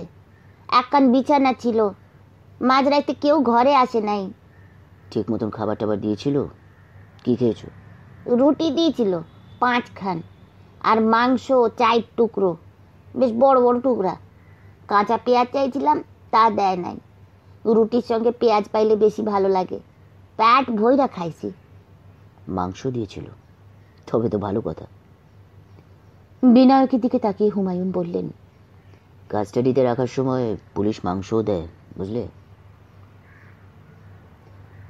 এই যতদিন তুমি বাড়ির বাইরে ছিলে লক্ষ্মীমণি, সেই সময় কখনো মাংস খেয়েছো? খাইছি, শেষের দিকে, প্রায় হার রোজ। আচ্ছা থাক, শেষের দিকের কথা এখনই বলতে হবে না। তুমি ঝাঁসি থেকে পালাবার কথা বলছিলে। আগে বলো তো, ঝাঁসিতে ঠিক কোথায় ছিলে? জায়গা তো আমি চিনি না, নামও জানি না। না না, নাম বলতে হবে না। থাকার জায়গাটা কেমন ছিল? মানে বড় ঘর না ছোট ঘর? এক ঘরে কজন মেয়ে? একখান খুব ভাঙা বাড়ি গো, মস্ত বড় ঘর, কিন্তু একদিকে দেয়াল নাই, চ্যাটায় পিঠতে শোয়া। সারাদিন দরজা বন্ধ থাকতো, সন্ধ্যার পর খুইলা দিত একবার, তখনই একসঙ্গে সকলের পায়খানায় যাওয়া। এই যে বললে একদিকে দেয়াল নেই, তবে আবার দরজা বন্ধ থাকে কি করে? দেয়াল নাই মানে উঁচা দেয়াল, ও উপরের দিকটায় অনেকখানি ভাঙা, পুরোটা ভাঙা না। সেই ঘরে মোট 5 জন ছিলে তোমরা? জি। আচ্ছা, খুব ভালো করে মনে করে দেখো তো, তাদের মধ্যে শরীফান নামে কেউ ছিল কিনা? শরীফন? না তো। নাম কইতেছি আমি, বুলবুল, পূর্ণিমা, সালেহা, আমি আর পদ্মা। এই পদ্মাই হচ্ছে নেপালি, অল্প বয়স, খুব ফর্সা গো। রিপোর্টে তো দেখেছি 11 জন। তাহলে কি অন্য কোনো ঘর ছিল? থাকতে পারে সাহেব, আমাকে তো কিছু দেখতে দিত না, তবে মাঝে মাঝে অন্যদের নামার আওয়াজ পাইতাম। তোমাদের খাবার দিত একজন স্ত্রী লোক, তার চেহারা কিরকম? অনেক কাচের চুড়ি ছিল 2 হাতে। হ্যাঁ, সে কথা তো শুনেছি। চেহারাটা কিরকম, রোগা না মোটা? মোটা। তাছাড়া তার হাতের একখান থাবড়া খাইলে কান ঝাঁঝা করতো। কেন মারতো কেন? সাহেব, মানুষে মানুষে কেন মারে তা কি বোঝা যায়? কেউ কেউ মেরেই আনন্দ পায় বোধ হয়। মেয়ে মানুষও মেয়ে মানুষকে মারে, কোনো দয়া মায়া নাই। ভগবান জানেন আমি তার কাছে কোনো দোষ করি নাই। তবু একদিন যেই হিন্দিতে একটা গালি দিয়েছি, আমার মুখে থাবড়া মেরেছে গো। একবার তার হাতের একখান চুড়ি ভেঙে আমার গালে ফুটে গেল। আচ্ছা, তার কি একটা চোখ নষ্ট ছিল? ঠিক ঠিক, আপনি জানেন কি করে সাহেব? গোলা গোলা চক্ষু একটা। তার নাম জানকি, ফাইলে লেখা আছে। সে ধরা পড়েছে। তোমাদের সে মারতো বটে, কিন্তু সে আসলে খুব ভীতু। পুলিশ তাকে ধরার পর একটু ভয় দেখাতেই সব স্বীকার করেছে। সে তো কয়েকজনের নামও বলল, তাদের মধ্যে শরীফানের নামও আছে, কিন্তু তোমার নাম তো নেই। আমারে ভুলে গেছে? আমি চেষ্টা করছি ওই জানকি বাইকে কলকাতায় আনাবার। তুমি তখন ওকে আইডেন্টিফাই করতে পারবে? ও, তুমি তো আগেই পালিয়েছিলেন। না না, তাই বোধহয় তোমার নাম বলেনি। পালাবার কথা তোমার মনে এলো কি করে এখনো কিন্তু জানা হয়নি, একটু বলো তো। যেদিন ওই মাগিটা অমনভাবে মারলো, সেই দিনই মনে হলো এইভাবে বাঁচার চেয়ে মরা ভালো। যেমনভাবেই হোক এখান থেকে পলাবো। পলাতে গিয়ে যদি ধরা পড়ি, তখন যদি একেবারে মাইরা ফেলায় তো ফেলুক। সেই দিন আবার সন্ধ্যা থেকে খুব বৃষ্টি। তুমি কি করে পালালে? পাহারা ছিল না? দুপুরবেলা চম্পা আমার পাশে শুইতো। সে কইল, দিদি আর পারতেছি না, যেমনভাবে হোক আমি পালাবই। আমি তো সঙ্গে সঙ্গে উঠতে বসে কইলাম, যাবি? আর কেউ বাঙালি ছিল না তো, তাই আমাদের বাংলা কথা বোঝে নাই। দুইজনে শলা করলাম। সন্ধ্যার সময় যখন একবার বাইরে আনলো, তখন তো অত বৃষ্টি, আমি ভিতরে না গিয়া গোসল ঘরেই বসে রইলাম। পাহারাদার নি খেয়াল করে নাই গো। সেই গোসল ঘর থেকেই বাইরে বেরিয়ে যাওয়ার উপায় ছিল, তাই তো? চম্পারে তো ভিতরে ঢুকাই দিয়েছে, তারে তো নিতে হবে। আমি মরার মতন নিঃশ্বাস বন্ধ করে খাড়াই ছিলাম। সেখানে আবার বড় বড় ব্যাঙ্গ থপ থপ করে লাফায়। প্রথমে ভেবেছিলাম সাপও আছে বুঝি। যখন আর কোনো শব্দ শুনি না বাইরে, তখন চম্পারে বাইর করলাম ঘর থেকে। শেষ রাত্রিরে সবাই যখন ঘুমায়, দরজায় তালা, কিন্তু চাবিটা কোথায় থাকে জানতাম। ঘুটঘুটে অন্ধকার রাস্তা, ঘেউ ঘেউ করে কুকুর ডাকে, তার মধ্যে দৌড়। চম্পা একবার আছাড় খেয়ে পড়লো, আমি হাত ধরে উঠালাম। অনেকখানি দৌড়বার পর দেখি একটা বড় রাস্তা, আলো জ্বলে, গাড়ি চলে। অত রাত্রিরেও মোটা মোটা গাড়ি যায়, একটা দুইটা দোকানও খোলা। আলো দেখে ধরে যেন প্রাণ এলো সাহেব। আমরা মুক্ত হয়ে গেলাম। তোমরা মুক্তি পেয়ে গেলে? জি, মুক্তি তো। কেউ আমাদের ধরতে আসে নাই। একটা দোকানে জিলিপি ভাজা হচ্ছিল, আমরা জিলিপি খাইলাম, কেউ কিছু বললো না। কি অপূর্ব স্বাদ সেই জিলিপির। পয়সা পেলে কোথায়? তোমাকে ওরা টাকা পয়সা কিছু দিত নাকি? না, কিন্তু চম্পার কাছে লুকানো কিছু টাকা ছিল, দলা পাকানো কাগজের টাকা। আমরা পেট ভরে খেলাম, পানি খেয়ে প্রাণ জোড়ালো। তখন কি করি, ভোর ভোর টাইম, সে দোকানের সামনে একটা বাস থামলো, উঠে পড়লাম সেই বাসে। আর ভয় নাই। সেই বাসে আরো লোক ছিল? অনেক মানুষ গো। মানুষ ওঠে, মানুষ নামে। আস্তে আস্তে সকাল হয়ে গেল। বাসের টিকিটওয়ালা টিকিট কাটতে কইলে চম্পা দিল একটা 10 টাকার নোট। সে আরও 2 টাকা চাইলো, আরও কিসব কইলো বুঝি নাই। তারপর সেই বাস একখানে থামতেই টিকিটওয়ালা আমাদের কইলো, উতারো উতারো। আমরা নেমে গেলাম। সেটা একটা বাজার, সেখানে এক দোকানে আমরা পুরি হালুয়া খাইলাম। বেশ, অনেক দিনের খিদে জমেছিল তোমাদের। তো তখন কি তোমরা বাড়ি ফেরার কথা ভেবেছিলে? বাড়ি ছাড়া আর কোথায় যাওয়ার কথা ভাববো সাহেব? লাকু আর বেলির কথা মনে পড়ছিল সর্বক্ষণ। তারা কে? আমার ছেলে আর মেয়ে। আগে যে বলেছিলে তাদের নাম, এই তো সরস্বতী আর রতন। সে তো ভালো নাম গো, ডাক নামই মনে আসে। মনে আসতেই কান্না পায়। ওই জিলাপি খাওয়ার সময় ওদের মুখ মনে করে কান্না পাইছিল। বাড়ি ফেরার কথা ভেবে ভয় করেনি? কেন ভয় করবে কেন গো? নিজের স্বামীর বাড়ি যাব, তাতে ভয় কিসের?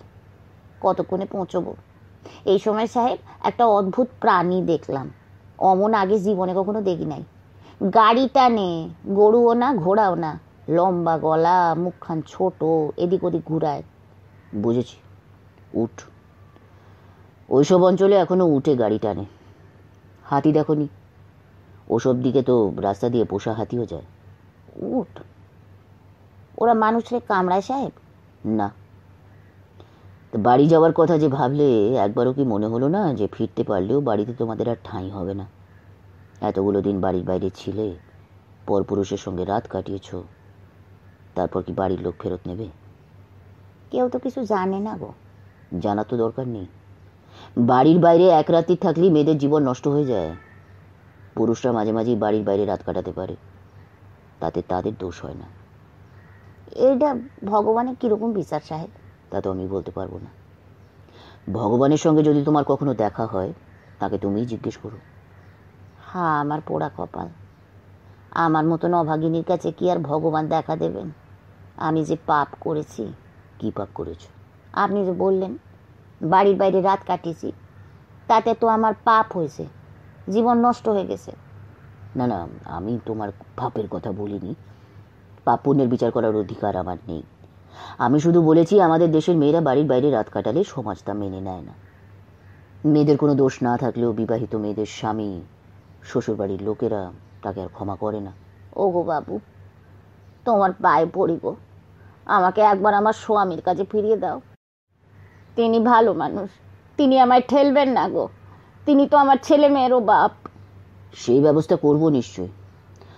মুন্সিগঞ্জে খোঁজ খবর নেওয়া হচ্ছে। তুমি তোমার স্বামীর নাম তো বলতে পারো নি?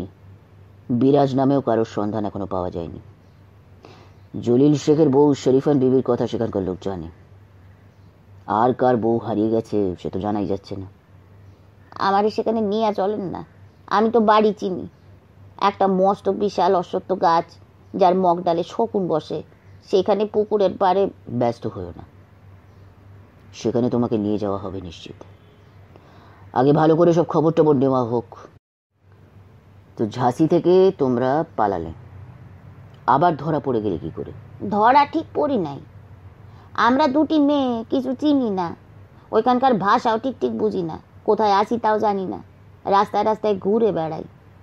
দিনের বেলা ঠিক ভয় লাগে না, সব মানুষ তো আর খারাপ না, সেই জন্যই তো চন্দ্র সূর্য এখনো ঘোরে। অনেককে জিজ্ঞেস করি গো, কেউ কিছু বোঝে না। একটা দিন এরকমভাবেই কেটে গেল। রাত্রে থাকলে কোথায়? একটা মন্দিরের চাতালে, আরও মানুষ শোয় সেখানে, ভয়ের কিছু নাই। খুব নিকটেই একটা নদী, ছোট, অনেকখানি শুকনা, সেখানে গোসল করলাম সকালে। ওখানে বৃষ্টি পড়েনি? মাঝে মাঝে পড়তেছিল, ভিজেওছি। তো পরপর কয় রাত্রে তো ঘুমালাম সেই মন্দিরের চাতালে। দিনের বেলা এদিক ওদিক যাই, নদীর ধারে বসে থাকি, সময় আর কাটে না গো। খাবার পেতে কোথায়? ওই সন্ধ্যার সময় মন্দিরে প্রসাদ দিত, তো সেই প্রসাদ খাওয়ানোর লোভেই অনেক মানুষ আসতো সেখানে। কি ছিল প্রসাদ? চিড়া কিংবা খই, দই আর কলা দিয়ে মাখা, তাই দিত একদলা একদলা করে, খুব ভালো সোয়াদ গো। আর ওই কয়েকখান বাতাসা। শুধু একবেলা ওই প্রসাদ খেয়ে পেট ভরতো? তা কি আর ভরে? পোড়া প্যাটের জ্বালাইতেই তো এত কাণ্ড। চম্পার কাছে আরও কিছু পয়সা ছিল, দিনের বেলা কিনতাম কয়েকখান রুটি, সন্ধ্যাবেলা প্রসাদের সঙ্গে যে বাতাসা দিত তাই জমাইয়া রাখতাম আঁচলে বেঁধে। দিনের বেলা সেই বাতাসা দিয়া রুটি খাইতাম। পানি তো বিনা পয়সাতেই পাওয়া যায়। এইভাবে আর কতদিন চলে? ছিলাম মন্দ না, একটা কোনো কাম কাজ পাইলে বড় ভালো হতো, কিন্তু দু একটা দোকানে গিয়ে জিজ্ঞেস করেছি, পাত্তা দেয় নাই। তাছাড়া সেই মন্দিরের চাতালও আমাদের ছাড়তে হলো। কেন? বাবু কি কব, কি লজ্জার কথা গো। বাবা বিশ্বনাথের মন্দির কত পবিত্র স্থান, দিন মানে কত মানুষ এসে ভক্তি ভরে পেন নাম করে, আর রাত্রে সেখানেই ছি ছি, কত পাপ হয়। যাদের বাড়ি ঘর নাই সেরকম কয়েকজন পুরুষ সেখানে চাতালে শোয় রাত্রিরে, আমাদের মতন কয়েকজন অভাগিনীও শোয় একটু দূরে। তাও বাইরে থেকে পুরুষরা এসে আমাদের টানাটানি করে গো, উঠানে নিয়ে যেতে চায়। তারা ফিসফাস করে, জোরে কথা কয় না। আমরা ভাগ যাও বললে পালায়, শিয়ালের মতন গো। 2-3 রাত্রি তো গেল এমনভাবে, পরের মাঝরাইতে হঠাৎ ঘুম ভেঙে দেখি চম্পা আমার পাশে নাই। আমার মাথায় তো যেন আকাশ ভেঙে পড়লো। কি কব আপনারে বাবু, এমন অসহায় লাগতেছিল। দুইজনে একসঙ্গে থাকলে মনে তবু বল ভরসা থাকে, কিন্তু একা। 2 চক্ষু ফেটে কান্না এসে গেল গো। অনেকক্ষণ বসে বসে কাঁদলাম। শেষ রাত্রে চম্পা ফিরে আসলো, চুপি চুপি শুয়ে পড়লো আমার পাশে। চম্পা একাই ফিরে এলো? মানে কেউ তাকে জোর করে ধরে নিয়ে যায়নি? না, ওই যে কইলাম না, কেউ এসে ডাকে। ও যখন ফিরে আসলো আমি তো তখনও জেগে আছি। আমি তারে কইলাম, হারামজাদি তুই কোথায় গেছলি? বললো, দিদি আমরা তো নষ্ট হয়ে গেছি, আমাগো জাত ধর্ম সব গেছে, আমরা পতিতা, এখন আর চক্ষু লজ্জা করে লাভ কি? কোনো রকমে ক্ষুধার জ্বালা তো মেটাতে হবে। আমার কাছে যা টাকা আছে তাতে আর কয়দিন চলবে, টাকা রোজগার ছাড়া উপায় নাই। একটা লোকের সঙ্গে গেলাম, আমারে 20 টাকা দিছে। এই কথা শুনে আমার গা জ্বলে গেল গো বাবু। আমরা নষ্ট হয়েছি সে কি নিজের ইচ্ছায়? শিব ঠাকুরের কিরে আমি একবারও সাধ করে কোনো পর পুরুষের পাশে শুই নাই। পুরুষ যদি জোর করে, আমরা মেয়ে মানুষ গায়ের জোরে তো পারি না, তখন বাধ্য হয়ে নিজে ইচ্ছা করে যে মেয়ে মানুষ অন্য পুরুষ মানুষের কাছে যায়, সেই তো বেবুসে। আমি মরে গেলেও তা হতে পারবো না। চম্পা কি বলল? কিছুক্ষণ তর্ক হলো তার সঙ্গে, শেষে আমি কইলাম, তোর যা ইচ্ছা কর, আমি আর তোর টাকায় খাবো না কো, আমি ভিক্ষে করে খাবো তাই সই, তুই আর আমার সঙ্গে কথাও কইবি না। চম্পা কিন্তু আমারে ছাড়তে চাইল না, বললো ঠিক আছে আমারে মাফ করে দাও, আমি আর যাবো না কাউর সঙ্গে, পয়সা ফুরায় গেলে আমরা দুইজনায় ভিক্ষা করব। অবশ্য ওই মন্দিরের চাতালে শোয়ার পাটও আমাদের চুকে গেল পরদিনই। আবার রাত্রিরে এসে যেই শুয়েছি অমনি লাঠিয়াতে একজন পাহারাদার এসে চোখ কুড়াঙিয়ে বললো, এই তোরা উঠে যা, তোদের এখানে শোয়া চলবে না, রেন্ডিদের এখানে জায়গা নেই। কি আর করি, সে রাত কাটালাম আমরা নদীর ধারে। পরের দিন থেকে আবার কোথায় গেলে? আবার পথে পথে ঘুরি গো। তারপর আশ্চর্য না আশ্চর্য, সেই বিভুঁইয়ে এক দিদিকে পাইলাম। সেই দিদি একটু একটু বাংলা জানে, টেপা টুপা চেহারা, ফর্সা রং, মাথার চুল কোকড়া, চোখে সোনার চশমা, খুব লেখাপড়া জানে মনে হয়, হাতে 2 কান মোটা মোটা বই। আমাদের কথা শুনে বললেন, বাঙালি এখানে কি করছো? আমি কলকাতায় চাকরি করেছি অনেক দিন, আমি খুব ব্যস্ত আছি, এখনই দিল্লি যেতে হবে, নাহলে তোমাদের নিয়ে যেতাম আমার বাড়িতে। জানেন সাহেব, সেই দিদি যদি সেই দিনই দিল্লি না যেতেন আর একটা দিনও থাকতেন, নিশ্চয়ই সাহায্য করতেন আমাদের, তাহলে আমাদের জীবনটাই অন্যরকম হতে পারত গো। একটা গাড়িতে ওঠার সময় দিদি কইলেন, কলকাতায় ফিরতে চাও তো রেল স্টেশনে যাও, কিংবা এই রাস্তার ডাইন দিকে একটুখানি গেলেই থানা, সেই থানায় গিয়া সাহায্য চাও, তারা সাহায্য করবে। আমি রেল স্টেশনে গেলাম। থানায় গেলে না কেন? ছোট্টবেলা থেকেই তো পুলিশের নাম শুনলে ভয় করে গো। পুলিশ তো খালি পয়সা চায় কিংবা মারে, পুলিশ কি কারোরে সাহায্য করে? সব পুলিশ পয়সা চায় না, সব পুলিশ মারেও না, মানুষকে সাহায্য করে। তবু স্যার, পুলিশ দেখলেই ভয় লাগে। আমাকে দেখেও ভয় পেয়েছো নাকি? আপনি পুলিশ? পুলিশই তো। তো ভদ্রলোক বাবুদের মতন পোশাক পরে আছেন যে? পুলিশের পোশাক দেখলে তাহলে ভয় লাগে? আসলে কিন্তু পুলিশরাও মানুষ, সব মানুষের মধ্যেই তো ভালো আর খারাপ আছে। থানায় গেলেও হয়তো তোমাদের জীবনটা বদলে যেতে পারতো। যাই হোক, তো রেল স্টেশনে গিয়ে কি হলো তারপর? রেলের তো টিকিট কাটতে হয়। কলকাতার টিকিট কাটতে গিয়ে শুনি যে 400 টাকা লাগবে, 2 বার বদল করতে হবে। চম্পার কাছে ছিল মোটে 27 টাকা, আমার স্বামী আমাকে 5 টাকা দিয়েছিল, সে টাকাও কখন কে নিচে জানি না। অত টাকা নাই, কি করে যাব, কি করি? চোখে পানি এসে গেল গো। রেল স্টেশনে দাঁড়িয়ে দুজনে কাঁদতে আরম্ভ করলে, তাই তো? চম্পা কাঁদে নাই, সে শক্ত মেয়ে, আমি যে পারি না। ভিড় জমে গিয়েছিল? জি। তখন সাফুদ্দিন মতন একজন মেয়ে মানুষ বলল, এখানে কেঁদে কি করবে, রেল তো কান্না দেখলে দয়া করে না, আমার সঙ্গে চলো, আমি একটা ব্যবস্থা করে দেব। বাংলায় বললো? না গো, হিন্দিতে। একটু একটু বুঝেছি। সে আমার হাত ধরে কইল, বহিন বহিন চলো। কয়েক পা গেছি, কয়েকজন পুরুষ মানুষ বলল, এই এই ওর সঙ্গে যেও না, আরো বিপদে পড়বে, ওর মতলব ভালো না। অনেক রেল স্টেশনেই দালাল ঘুরে বেড়ায়। দালাল কি গো বাবু? যারা মানুষ কেনা বেচা করে। একজন পুরুষ মানুষ এসে বলল, ওর সঙ্গে যেও না, কাজ করে টাকা রোজগার করো, সেই টাকায় রেলের টিকিট কাটতে পারবে, নইলে এমনি এমনি তোমাদের টাকা কে দেবে? তো চম্পা তখন কইল, আমরা কাজ করতে রাজি আছি, যে কোনো কাজ। তো সেই লোকটি বলল, চলো আমার সঙ্গে। কি কাজ দেবে জিজ্ঞেস করনি? ওই ইট ভাটার কাজ গো, খাওয়া দিবে, থাকার জায়গা দিবে, আর 20 টাকা রোজ। তাই গেলাম। মানুষটা সত্যিই ভালো, সেখানে কেউ আমাদের কষ্ট দেয় নাই, খাওয়ান দাওয়ান ভালো ছিল। কি খেতে দিত? একবেলা ছাতু আর একবেলা রুটি। ওরা তো ভাত খায় না, পাকা কলা দিত আর গুড়, এক একদিন দই। ওরা তো মাছও খায় না, আচার খায়, মরিচের আচার। থাকার জায়গা ওই ইট ভাটার মধ্যেই? তোমার আর চম্পার একই ঘর? না, চম্পার ঘর একটু দূরে, মস্ত বড় জায়গা তো, চতুর্দিকে শুধু ইট। কত টাকা পেতে কাজের জন্য? টাকা দিত 405 টাকা জমেছিল। দুজনের? না গো, আমার একার। তো তাতেই তো রেল ভাড়া কুলিয়ে যেত, তখনই চলে এলে না কেন? ওই ইট ভাটার কাজ ও বর্ষা পর্যন্ত চলে, কাজ শেষ না হলে আসতে দেবে না কো। হাতে হাতে টাকা পেতাম, ভালো লাগছিল সাহেব। টাকা পেয়ে ভালো লাগছিল, তখন আর ছেলে মেয়ের কথা মনে পড়েনি? একটা গন্ডগোল না হলে ওখানেই আরো অনেক দিন থেকে যেতে, তাই তো? না না সাহেব, বাড়ির জন্য সব সময় মনটা ছটফট করতো গো। রোজ বিকালে রোদ্দুর পড়ে এলেই মনে হতো, কবে বাড়ি যাব, কবে বাড়ি যাব। বাড়ির জন্য মন কেমন করে, আবার অন্য একটা জায়গায় থাকতেও ভালো লাগে, দুটোই একসঙ্গে হতে পারে? তাছাড়া লোকটি ভালো ছিল, অত্যাচার করতো না। এই লোকটির নাম মনে আছে?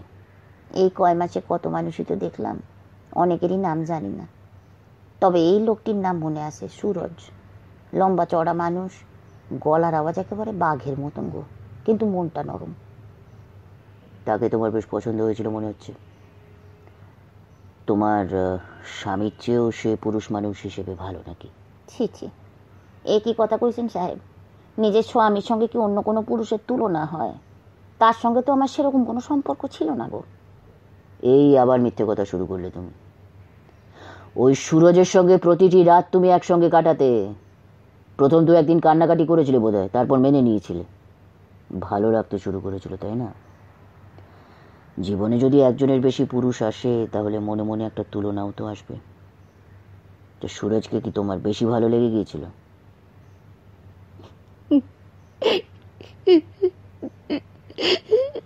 কি হলো, কি হঠাৎ কাঁদছো কেন?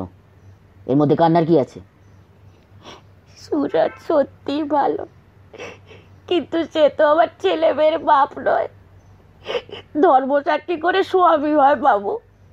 সুরজের সঙ্গে তুমি আরো কিছুদিন থাকতে রাজি ছিলে, সেখানে সুখী ছিলে সব দিক দিয়ে, কিন্তু নিয়তি তোমাকে থাকতে দিল না। আপনি জানলেন কি করে? তুমি যেখানে ছিলে, যেখানে ইট ভাটা, সেই জায়গাটার নাম ওরছা। সেখানে কয়েক মাস আগে একটা বড় রকমের দাঙ্গা হয়েছিল, 5 জন মারা যায়। দাঙ্গার পর পুলিশ ডিটেলড তদন্ত রিপোর্ট তৈরি করে। মধ্যপ্রদেশ সরকার সেই তদন্ত রিপোর্টের কপি পাঠিয়েছে আমাদের কাছে। ইটভাটার মধ্যে প্রত্যেক দিন সন্ধ্যের পর মেয়েদের নিয়ে ফুর্তি আর মদ্যপান হতো। সুরজ তোমাকে আলাদাভাবে রক্ষিতা করে রেখেছিল, কিন্তু অন্য মেয়েরাও আসত। তো তোমার সেই চম্পার কি হলো? জানি না, আর তাকে দেখি নাই। সে দাঙ্গার রাত্রে তুমি কি করলে? সাহেব, ভাবতে গেলেই আমার এখনো শরীর কাঁপে। এই দেখেন, উফ, আমি তো ঘরে বসেছিলাম, এক সময় শুনি খুব চেঁচামেচি, ওরা এক জায়গায় আগুন জেলে গোল হয়ে বসে ওইসব মদ টদ খায়। আমাকে দু একবার জোর করে খাওয়ানোর চেষ্টা করেছে, কিন্তু গন্ধেই আমার বমি আসে গো, খাই নাই কখনো। আমি ঘরে বসে রুটি পাকাচ্ছিলাম, অন্যদিনও চিল্লামিল্লি হয়, সেদিন যেন বড্ড বেশি। ঘর থেকে মুখ বার করে দেখি ওরে সর্বনাশ, লোকজন মশাল নিয়ে ছুটোছুটি করছে, কয়েকজনের হাতে খোলা তরোয়াল, কতকগুলা মেয়ে ভয়ে চিৎকার করছে, মা গো মা। আমি তো আবার ঘরের মধ্যে সিঁধোতে যাব, দেখি সেদিকেই ছুটে আসছে সুরজ, কি যেন বলছে আমাকে, আমি হঠাৎ করে বুঝিনি কো। খুব কাছে আসার পর হঠাৎ পিছন থেকে 2 জন শয়তান লাফিয়ে পড়লো তার উপরে, তার ঘাড়ে কোপ মারলো। আমি তখন ছুটে গিয়ে দেখি সুরজ মাটিতে পড়ে কাটা পাটার মতো ছটফট করতে গো। আমার তো দম বন্ধ হওয়ার জোগাড়। আমি মাটিতে বসে পড়ে সুরজের মাথা কোলে তুলে নিলাম, তখনও সে বেঁচে আছে কিনা জানি না। এই সময় কেউ আমার মাথায় মারলো, চোখে অন্ধকার দেখলাম, আর কিছু মনে নাই গো। রিপোর্টে সুরজ সিং এর নাম আছে, সে ওখানেই মারা গেছে। তার নামেও একটা খুনের অভিযোগ ছিল। জলজ্যান্ত মানুষটা আমার চোখের সামনে, ও এখনো যেন বিশ্বাস হয় না। তাগড়া জওয়ান ছিল মানুষটা। আচ্ছা আচ্ছা, ওরা আমাকেও একেবারে মেরে ফেললো না কেন বলুন তো? এইসব হাঙ্গামার সময় মেয়েদের পারতপক্ষে খুন করে না কেউ, ধর্ষণ করে বা লুট করে নিয়ে যায়। তোমার ক্ষেত্রে কি দুটোই হয়েছিল নাকি? জানি না। তোমার বয়সী মেয়েদের যদি স্বাস্থ্য টাস্থ্য ভালো হয়, বাজার দর আছে, চাহিদা আছে। তোমার বয়সী পুরুষদের তো চাহিদা নেই, তাই তারা খুন হয়, মরে কিংবা মারে। সমাজের নিচের তলায় এটা অনবরত চলছে, ওপর তলায় তা ঠিক বোঝা যায় না। তারপর তোমার জ্ঞান হলো কোথায়? একটা ঝুপড়ির মধ্যে। মাথায় কি ব্যথা, কি ব্যথা, সারা গায়ে ব্যথা। চোখ মেলেই আমি ব্যথার চোটে মা মা গো বলে কাঁদতে লাগলাম। তোমার মা মারা গেছেন অনেক দিন আগে, তাই না? তবু দুঃখের সময় মায়ের কথাই মনে পড়ে। তোমার বাবা কোথায়? বাবাও চলে গেছেন অনেক দিন আগে। ভাই বোন কে কোথায় আছে জানো? একখান ভাই আর 6 বোন। জানি না, একটা বোন সাপের কামড়ে মরেছিল কিংবা মরেনি, তাকে কলার ভেলায় জলে ভাসিয়ে দেওয়া হয়েছিল। হয়তো বেঁচে উঠেছে, কোথাও আছে, তো সেই ঝুপড়িতে কতদিন রইলে? একদিন না 2 দিন। কিছু খেতে দেয় নাই গো। বৃষ্টির পানিতে ঘর ভেসে গেল, কেউ আসে না। তারপর আমার জ্বর হলো, ধুম জ্বর। ঘরের মধ্যে ভিজা চটের ওপর শুয়ে শুয়ে কোকাই, কেউ শোনে না। খালি ভাবতাম আমার মরণ হয় না কেন। সাহেব, মেয়ে মানুষের জান সহজে যায় না। আবার ভাগ্য এমন, এই কয়দিন মাথার যন্ত্রণা আর জ্বরে কষ্ট পাই, পেটে ভাত নাই। আর তারপরের দিনই কারা যেন আমায় গাড়ি করে নিয়ে গেল, ওষুধ দিল, দুধ পাউরুটি খেতে দিল। কত খাতির গো, নতুন শাড়ি ব্লাউজও দিল। অর্থাৎ তুমি অন্য জায়গায় বিক্রি হয়ে গেলে, তাই তো?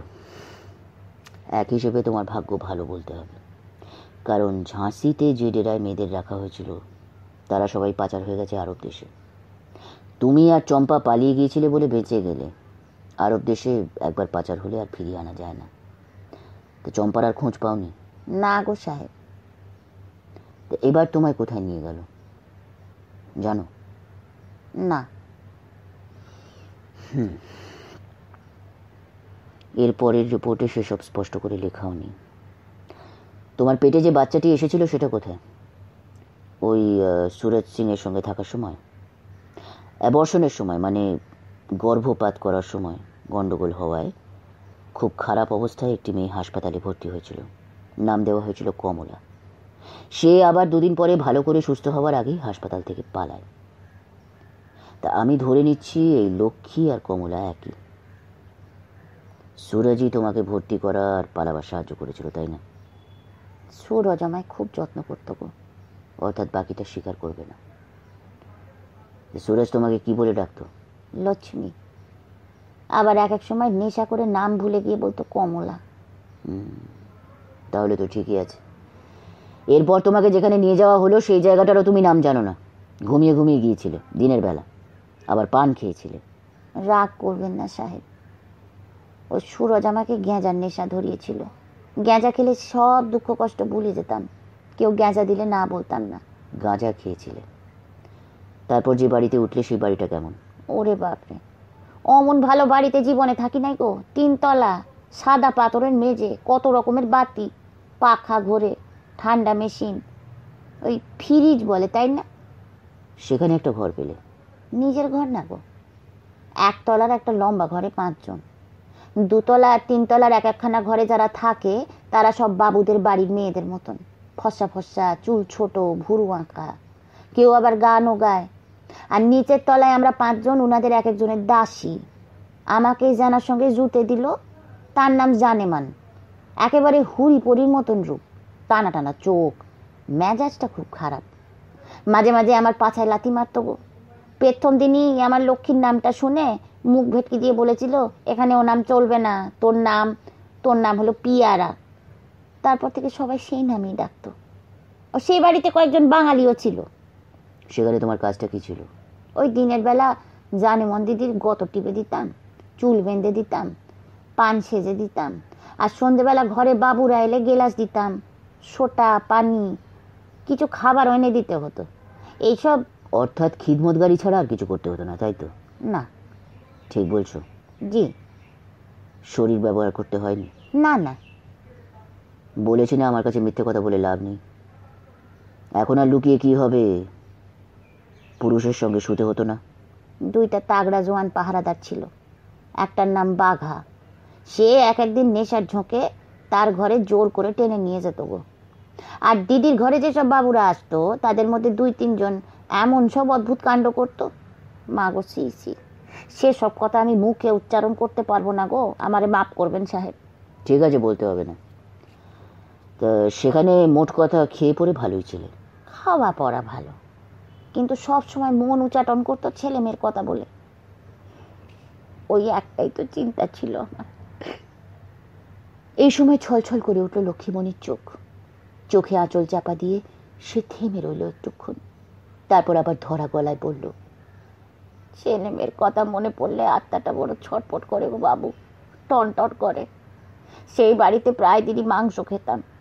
জানেমন দিদির ঘরে যেসব বড় মানুষেরা আসতো তারা প্রায় দিনই পকেট থেকে ফসফস করে বড় বড় টাকার নোট বার করে হুকুম দিত, দোকান থেকে মাংস আনাও, কাবাব লাও, বিরিয়ানি লাও। অনেক মাংস আনানো হতো। আর সেই বাবুরা বোতল বোতল মদ খেয়ে লটপটিয়ে যেত, সেই মাংস আর তাদের মুখে রোজতো না, ঠেলে সরিয়ে দিত।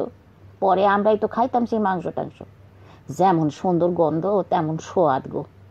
খাইতাম আর চোখে জল আসতো, মনে হইতো আমার ছেলে মেয়ে দুটা কি খায় কে জানে, তারা কি কখনো মাংস। বাবু নিজের আপন মানুষজনদের সঙ্গে বসে যে খাই দেয়, একসঙ্গে ভাগ করে খাওয়া যায়, সেই তো অমৃত। আর নুন পান্তা হলেও যথেষ্ট, তাই না? তা ঠিক। শোনো, একটা ব্যাপার আমি একটু পরিষ্কার বুঝে নিই। দিল্লিতে তোমরা যে বাড়িটায় থাকতে সেটা একটা 3 তলা বাড়ি। তার 2 তলায় 3 তলায় এক একখানা ঘরে থাকতো এক একজন দামি স্ত্রীলোক। বাবুরা আসতো তাদের কাছে। আর তোমরা কয়েকজন থাকতে 1 তলায়, তোমাদের মোটামুটি চাকরানির কাজ করতে হতো, এই তো? না সাহেব, একটু ভুল বলেছি।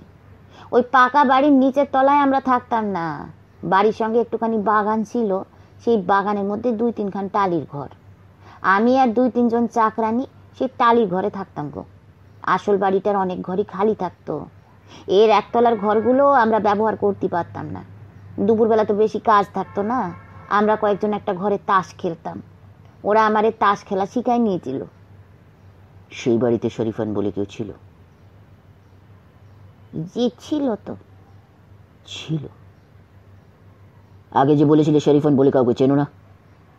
আগে তো তারে দেখি নাই, এইখানেই তো প্রথম দেখলাম। তার ডাক নাম ছিল মুন্না, একবারই শুধু শুনেছিলাম, পুরা নাম শরীফান বাই।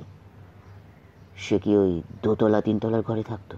না না, সে আমাগো মতনই চাকরানি। এর একজন দরওয়ানের সঙ্গে তার পাকাপাকি আস নাই, তাই চোপার জোর বেশি। ধরে নেন সে ছিল হেড চাকরানি। ফাইলে মুন্নারও নাম আছে, তাহলে মুন্না আর শরীফান আলাদা আলাদা দুজন নয়? জি না।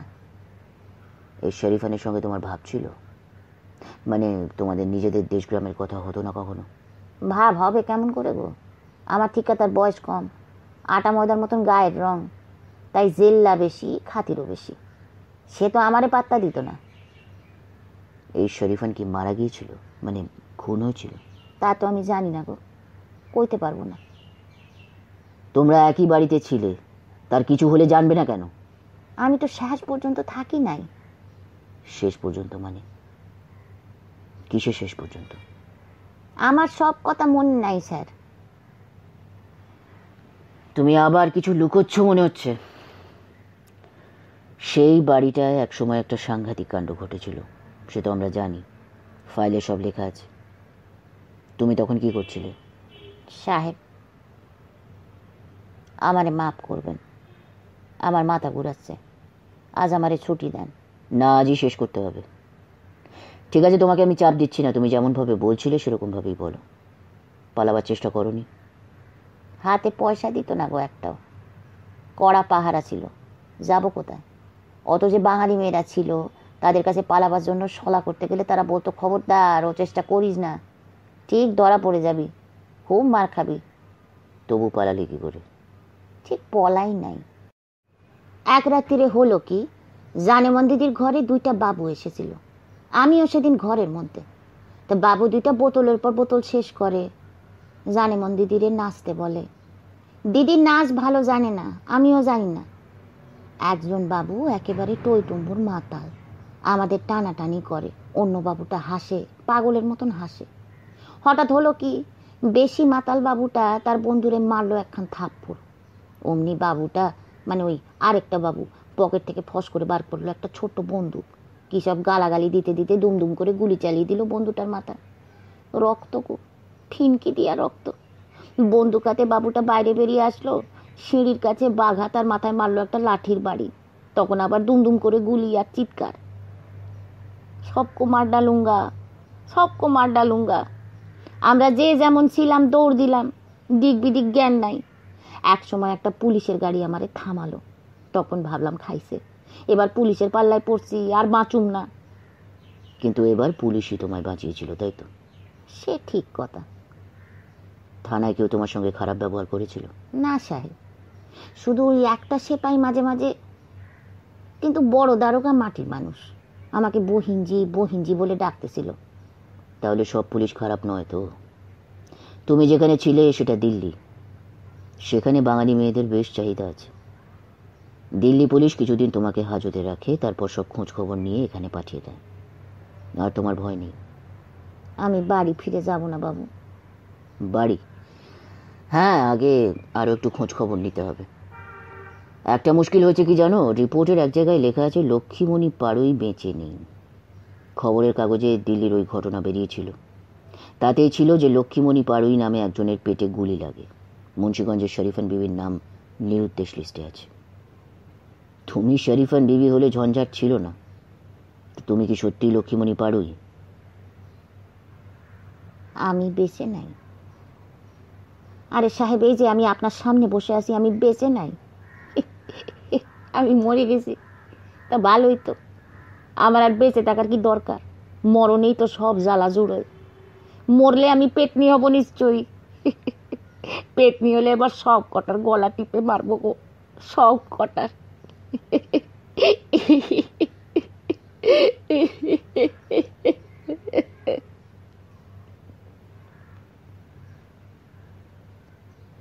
এরপর 7 দিন কেটে গেছে।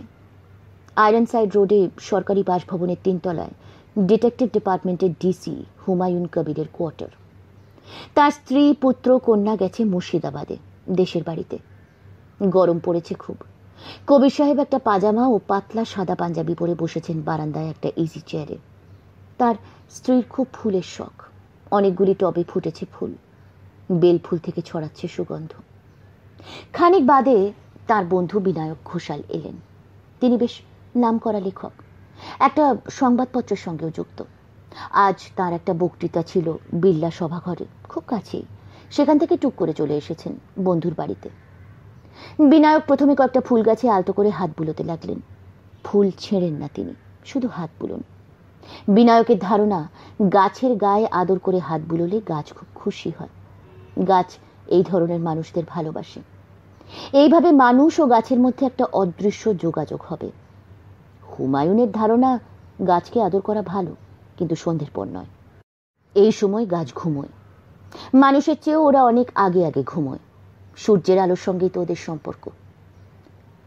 নাও, যথেষ্ট হয়েছে, এবার বসো। কিছু খাবে? স্টকে তো নেই বোধহয়, আনাতে হবে। মাসের শেষ ভাই, আমার হাতে বিশেষ কিছু নেই। তুমি 2-1খানা পাত্তি ছাড়ো একটু। পুলিশের আবার মাসের শেষ কি? এমন গরিব পুলিশ অফিসার আমি আগে দেখিনি। বন্ধুকে বিয়ার খাওয়াতেও পারো না, টাকা চাইছো। হাত পেতে ঘুষের টাকা নাই বা নিলে ভেট নিতে পারো না, তাতে তো দোষ নেই। কেউ তো দেয় না ভাই কিছু। বাঙালিরা বহুত কঞ্জুস হয়ে গেছে। ঘুষ দিতে চাইলে নিতাম কিনা ভেবে দেখতাম, কিন্তু কেউ তো কিছু অফারই করে না। তোমাদের সার্ভিসে মানুষ মজুমদার তোমার জুনিয়র না? সে সল্ট লেকে বাড়ি বানাচ্ছে কি করে? বলে তো যে ওর বউয়ের অনেক সম্পত্তি। আমি সারা বিয়েও করেছি গরিবের মেয়েকে। একটু পরে এলো বিয়ারের বোতল। প্রথম চুমুক দেওয়ার পর হুমায়ুন বললেন, তোমার সঙ্গে কাজের কথা আছে। সেদিন তুমি তো বসে বসে অতক্ষণ ধরে শুনলে লক্ষ্মীমণি নামে মেয়েটির কথা। এবার তোমার ওপিনিয়নটা একটু বলো। শুনলাম। এমন তো নতুন কিছু নয়, এরকম কাহিনী তো আচ্ছা শোনা যায়। তা ঠিক, এই ধরনের মেয়েদের কাহিনী অনেকটাই একরকমই হয়। সেদিন আমি নিজে থেকে তো কোনো প্রশ্ন করিনি, করা উচিত ছিল না, কিন্তু মনের মধ্যে যেন কয়েকটা প্রশ্ন ঘোরাফেরা করছিল। ওই মেয়েটি মাঝে মাঝেই সত্যি কথা গোপন করছিল কেন বলো তো? ইচ্ছে করে না, পুরোপুরি 100% সত্যি কথা অনেক মানুষই বলতে পারে না। অনেক মহাপুরুষও পারেন না। তুমি একই ঘটনা 3 বার বলতে বলো, দেখবে একটু একটু বদলে যাচ্ছে। The absolute truth is a bit of a difficult subject, isn't it? মিথ্যে কথা বলা বরং সহজ। অনেক মানুষকে দেখেছি এমনি এমনি চুটকিতে মিথ্যে কথা বলে, অকারণে। পুলিশের চাকরি করতে গিয়ে তোমার মানুষের চরিত্র বেশ ভালোভাবে স্টাডি করা হয়ে গিয়েছে, তাই না? বিনায়ক, সামারসেট মমের কথাটা তুমি পড়োনি? মম এক জায়গায় বলেছেন, মানুষের চরিত্র সবচেয়ে ভালো বোঝে স্কুল মাস্টার, তারপরে ডিটেকটিভ, তারপর লেখকরা। সেই হিসেবে তুমি আর আমি একই লেভেলে, যদিও আমি লিখতে পারি না। রিটায়ার করার পর স্মৃতিকথা লিখবে, খুব ইন্টারেস্টিং হবে। শোনো, মিথ্যে কথা ছাড়াও সেদিনের ইন্টারোগেশনে কয়েক জায়গায় ফাঁক রয়ে গেছে, বলবো? বলো। প্রথমত ধরো, লক্ষ্মী নামের বউটি চড়কের মেলায় যেতে চাইলো, তাও অনেক দূরে, ট্রেনে যেতে হবে। তবু তার স্বামী পারমিশন দিয়ে দিল, আবার 5টা টাকাও দিল। এটা কি স্বাভাবিক? গ্রামের বউরা এতটা স্বাধীনতা কি পায়? সাধারণত পায় না। তবে কোনো কোনো স্বামী তো উদার হতেও পারে, মানে বউকে যদি খুব ভালোবাসে তার একটা শখ মেটাতেও পারে। দেখো হুমায়ুন, ভালোবাসা শব্দটা অমন চট করে ব্যবহার করো না। বিভিন্ন জাতের মধ্যে বিভিন্ন সামাজিক স্তরে ভালোবাসার রূপ বিভিন্ন রকম। আমরা যেভাবে ভালোবাসা বুঝি, গ্রামের নিচের তলার মানুষ কি সেভাবে বোঝে? গ্রামের মানুষ ভালোবাসতে জানে না তা বলছি না, কিন্তু তার ধরন ধারণা আলাদা। সেই ভালোবাসার মধ্যে বোধহয় স্বাধীনতা ব্যাপারটা বিশেষ থাকে না।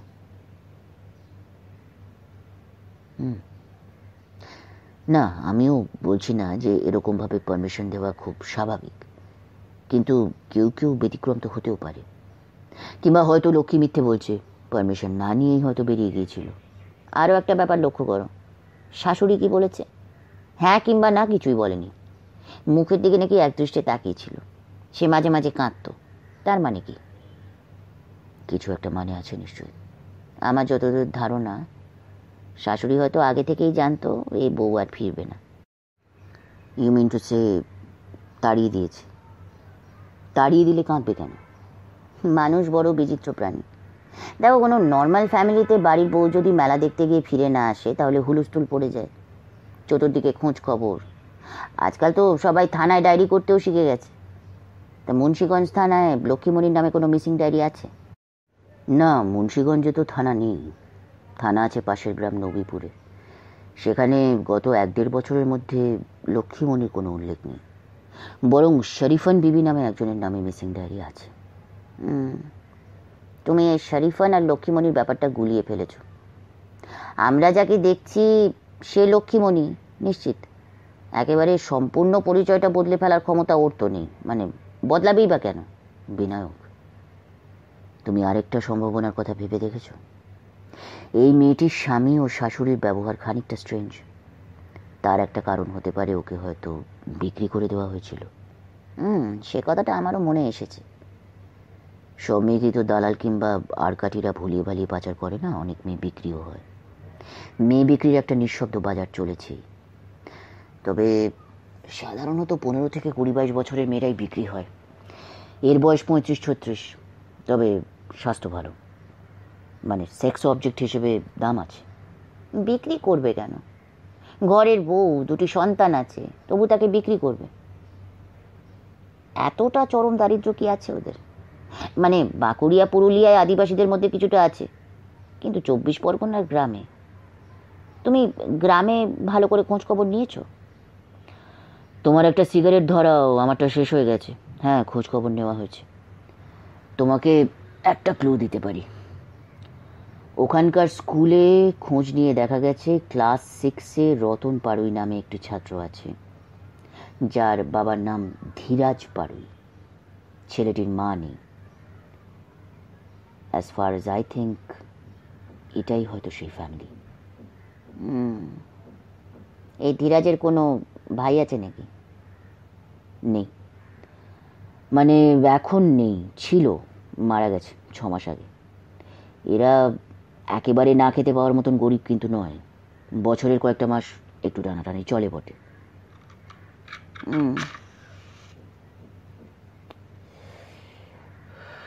লক্ষ্মী তো সেই কথা বলেছে।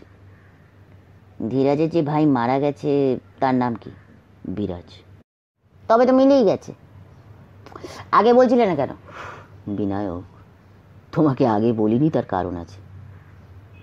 ওই বিরাজ কিসে মারা গেছে? ক্যান্সার। সর্বনাশ। তার মানে তো প্রচুর খরচের ব্যাপার। চিকিৎসা করিয়েছিল কিছু? বিরাজ সার্ভে অফিসে কাজ করত, নির্দিষ্ট উপার্জন ছিল তার। তাকে বাঁচাবার জন্য তার মা ও দাদা সব চেষ্টা তো করবেই। চিকিৎসার খরচের জন্যই সম্ভবত বউটিকে বিক্রি করে দেওয়া হয়েছিল। গ্রামের মানুষ ভাবে বউ মরলে কিংবা বউ চলে গেলে বউ আবার পাওয়া যাবে, কিন্তু ভাই মরলে কিংবা ছেলে মরলে তো আর পাওয়া যাবে না। তাই বউদের জীবনের দাম একটু কম আর কি। জীবনের দাম কম, শরীরের তো কিছুটা দাম আছে। এই বউটি বিক্রি হয়েই হোক কিংবা আর কাঠির পাল্লায় পড়েই হোক, প্রায় 1 বছর ধরে নানা রকম অভিজ্ঞতার মধ্যে দিয়ে গেছে। এর থেকেও খারাপ অবস্থায় পড়ে অনেক মেয়ে, পুরোপুরি বেশ্যাবৃত্তি করতে হয়। একে দেখা যাচ্ছে একটা পর্যায়ে বেশ ভালো অবস্থাতেই ছিল, ওই সুরজ সিং এর সঙ্গে ইট ভাটায়। ওর কথা শুনে মনে হলো যে নিজের স্বামীর চেয়েও পুরুষ হিসাবে সুরজ সিংকে বেশি পছন্দ হয়েছিল, তাই না? সুরজ সিং যদি ওইভাবে মারা না যেত তাহলে ওখান থেকে লক্ষ্মী আর পালাতে চাইতো না। অনেক মেয়ে তো আর ফেরে না। বিনায়ক, তোমার কাছে একটা ব্যাপারে সাহায্য চাইছি ভাই। তুমি তো একজন গল্প লেখক, তুমি যদি লক্ষ্মীকে নিয়ে একটা গল্প লিখতে তাহলে তাহলে সেই গল্পের শেষ পরিণতি কি হতো বলো তো? ওকে বাড়ি ফিরিয়ে দিতাম। কল্পনায় না বাস্তবে?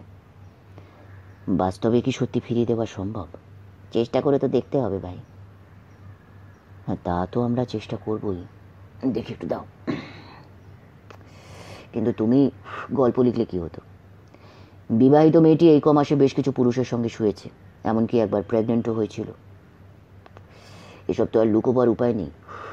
এখন সে ফিরে এলেও তার শ্বশুর বাড়ি তাকে গ্রহণ করবে কেন, বরং সঙ্গে সঙ্গে তাড়িয়েই দেবে। শুধু আমাদের দেশে কেন, সব দেশেই এরকম হয়। তো গল্পে যদি তুমি মিলিয়ে দাও, স্বামী স্ত্রী আবার এক সংসারে থাকতে লাগলো, তাহলে বেশ একটা ইচ্ছে পূরণ হতে পারে। Happy ending, and they lived happily ever after. কিন্তু সেটা তো একেবারেই অবাস্তব।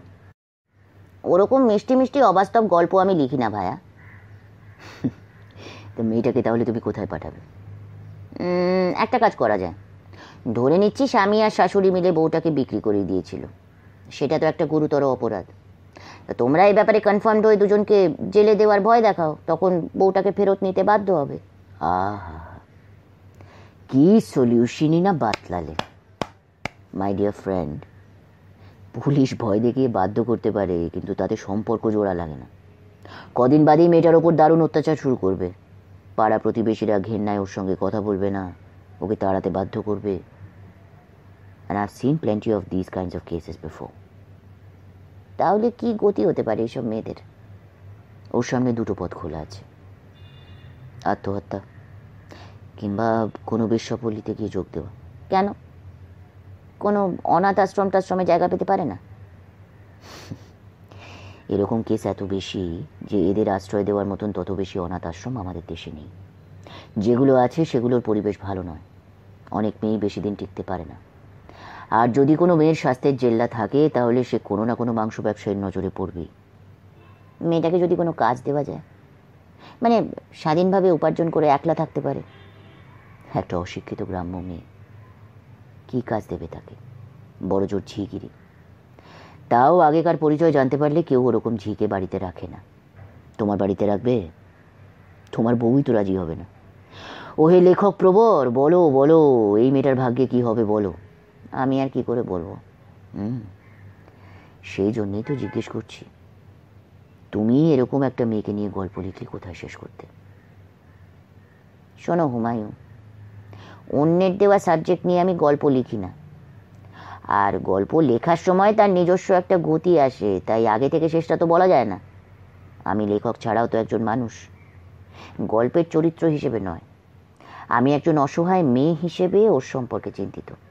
গল্প না লিখেও তো আমি ওকে কিছুটা সাহায্য করতে পারি, আর আশা করি পারবো। কী সাহায্য করবে? এক্ষুনি বলতে পারছি না, তবে একটা উপায় মাথায় এসেছে। 2 দিন বাদে লেখক আবার দেখা করলেন তার পুলিশ বন্ধুটির সঙ্গে। লক্ষ্মীর জন্য একটা কাজ ঠিক হয়েছে। লেখকের স্ত্রী বিশাখা একটা বাচ্চাদের স্কুলে পড়ান। তিনি headmistress, saint Mary kindergarten school. বাচ্চাদের দেখাশোনা করার জন্য আয়া শ্রেণীর 2-1টি মেয়েকে রাখতে হয়।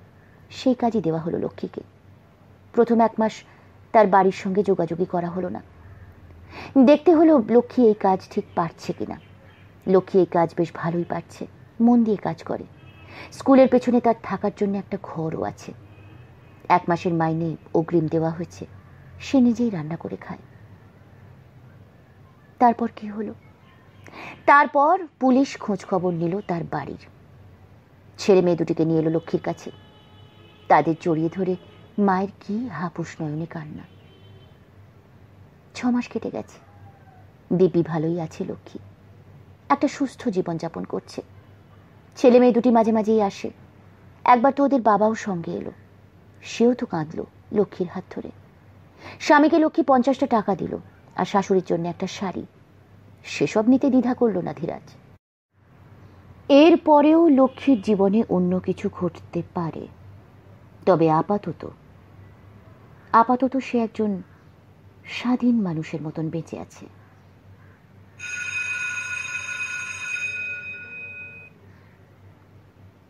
শেষ হলো শ্রী সুনীল গঙ্গোপাধ্যায়ের উপন্যাস তারপর কি হলোর 2য় পর্ব। নমস্কার।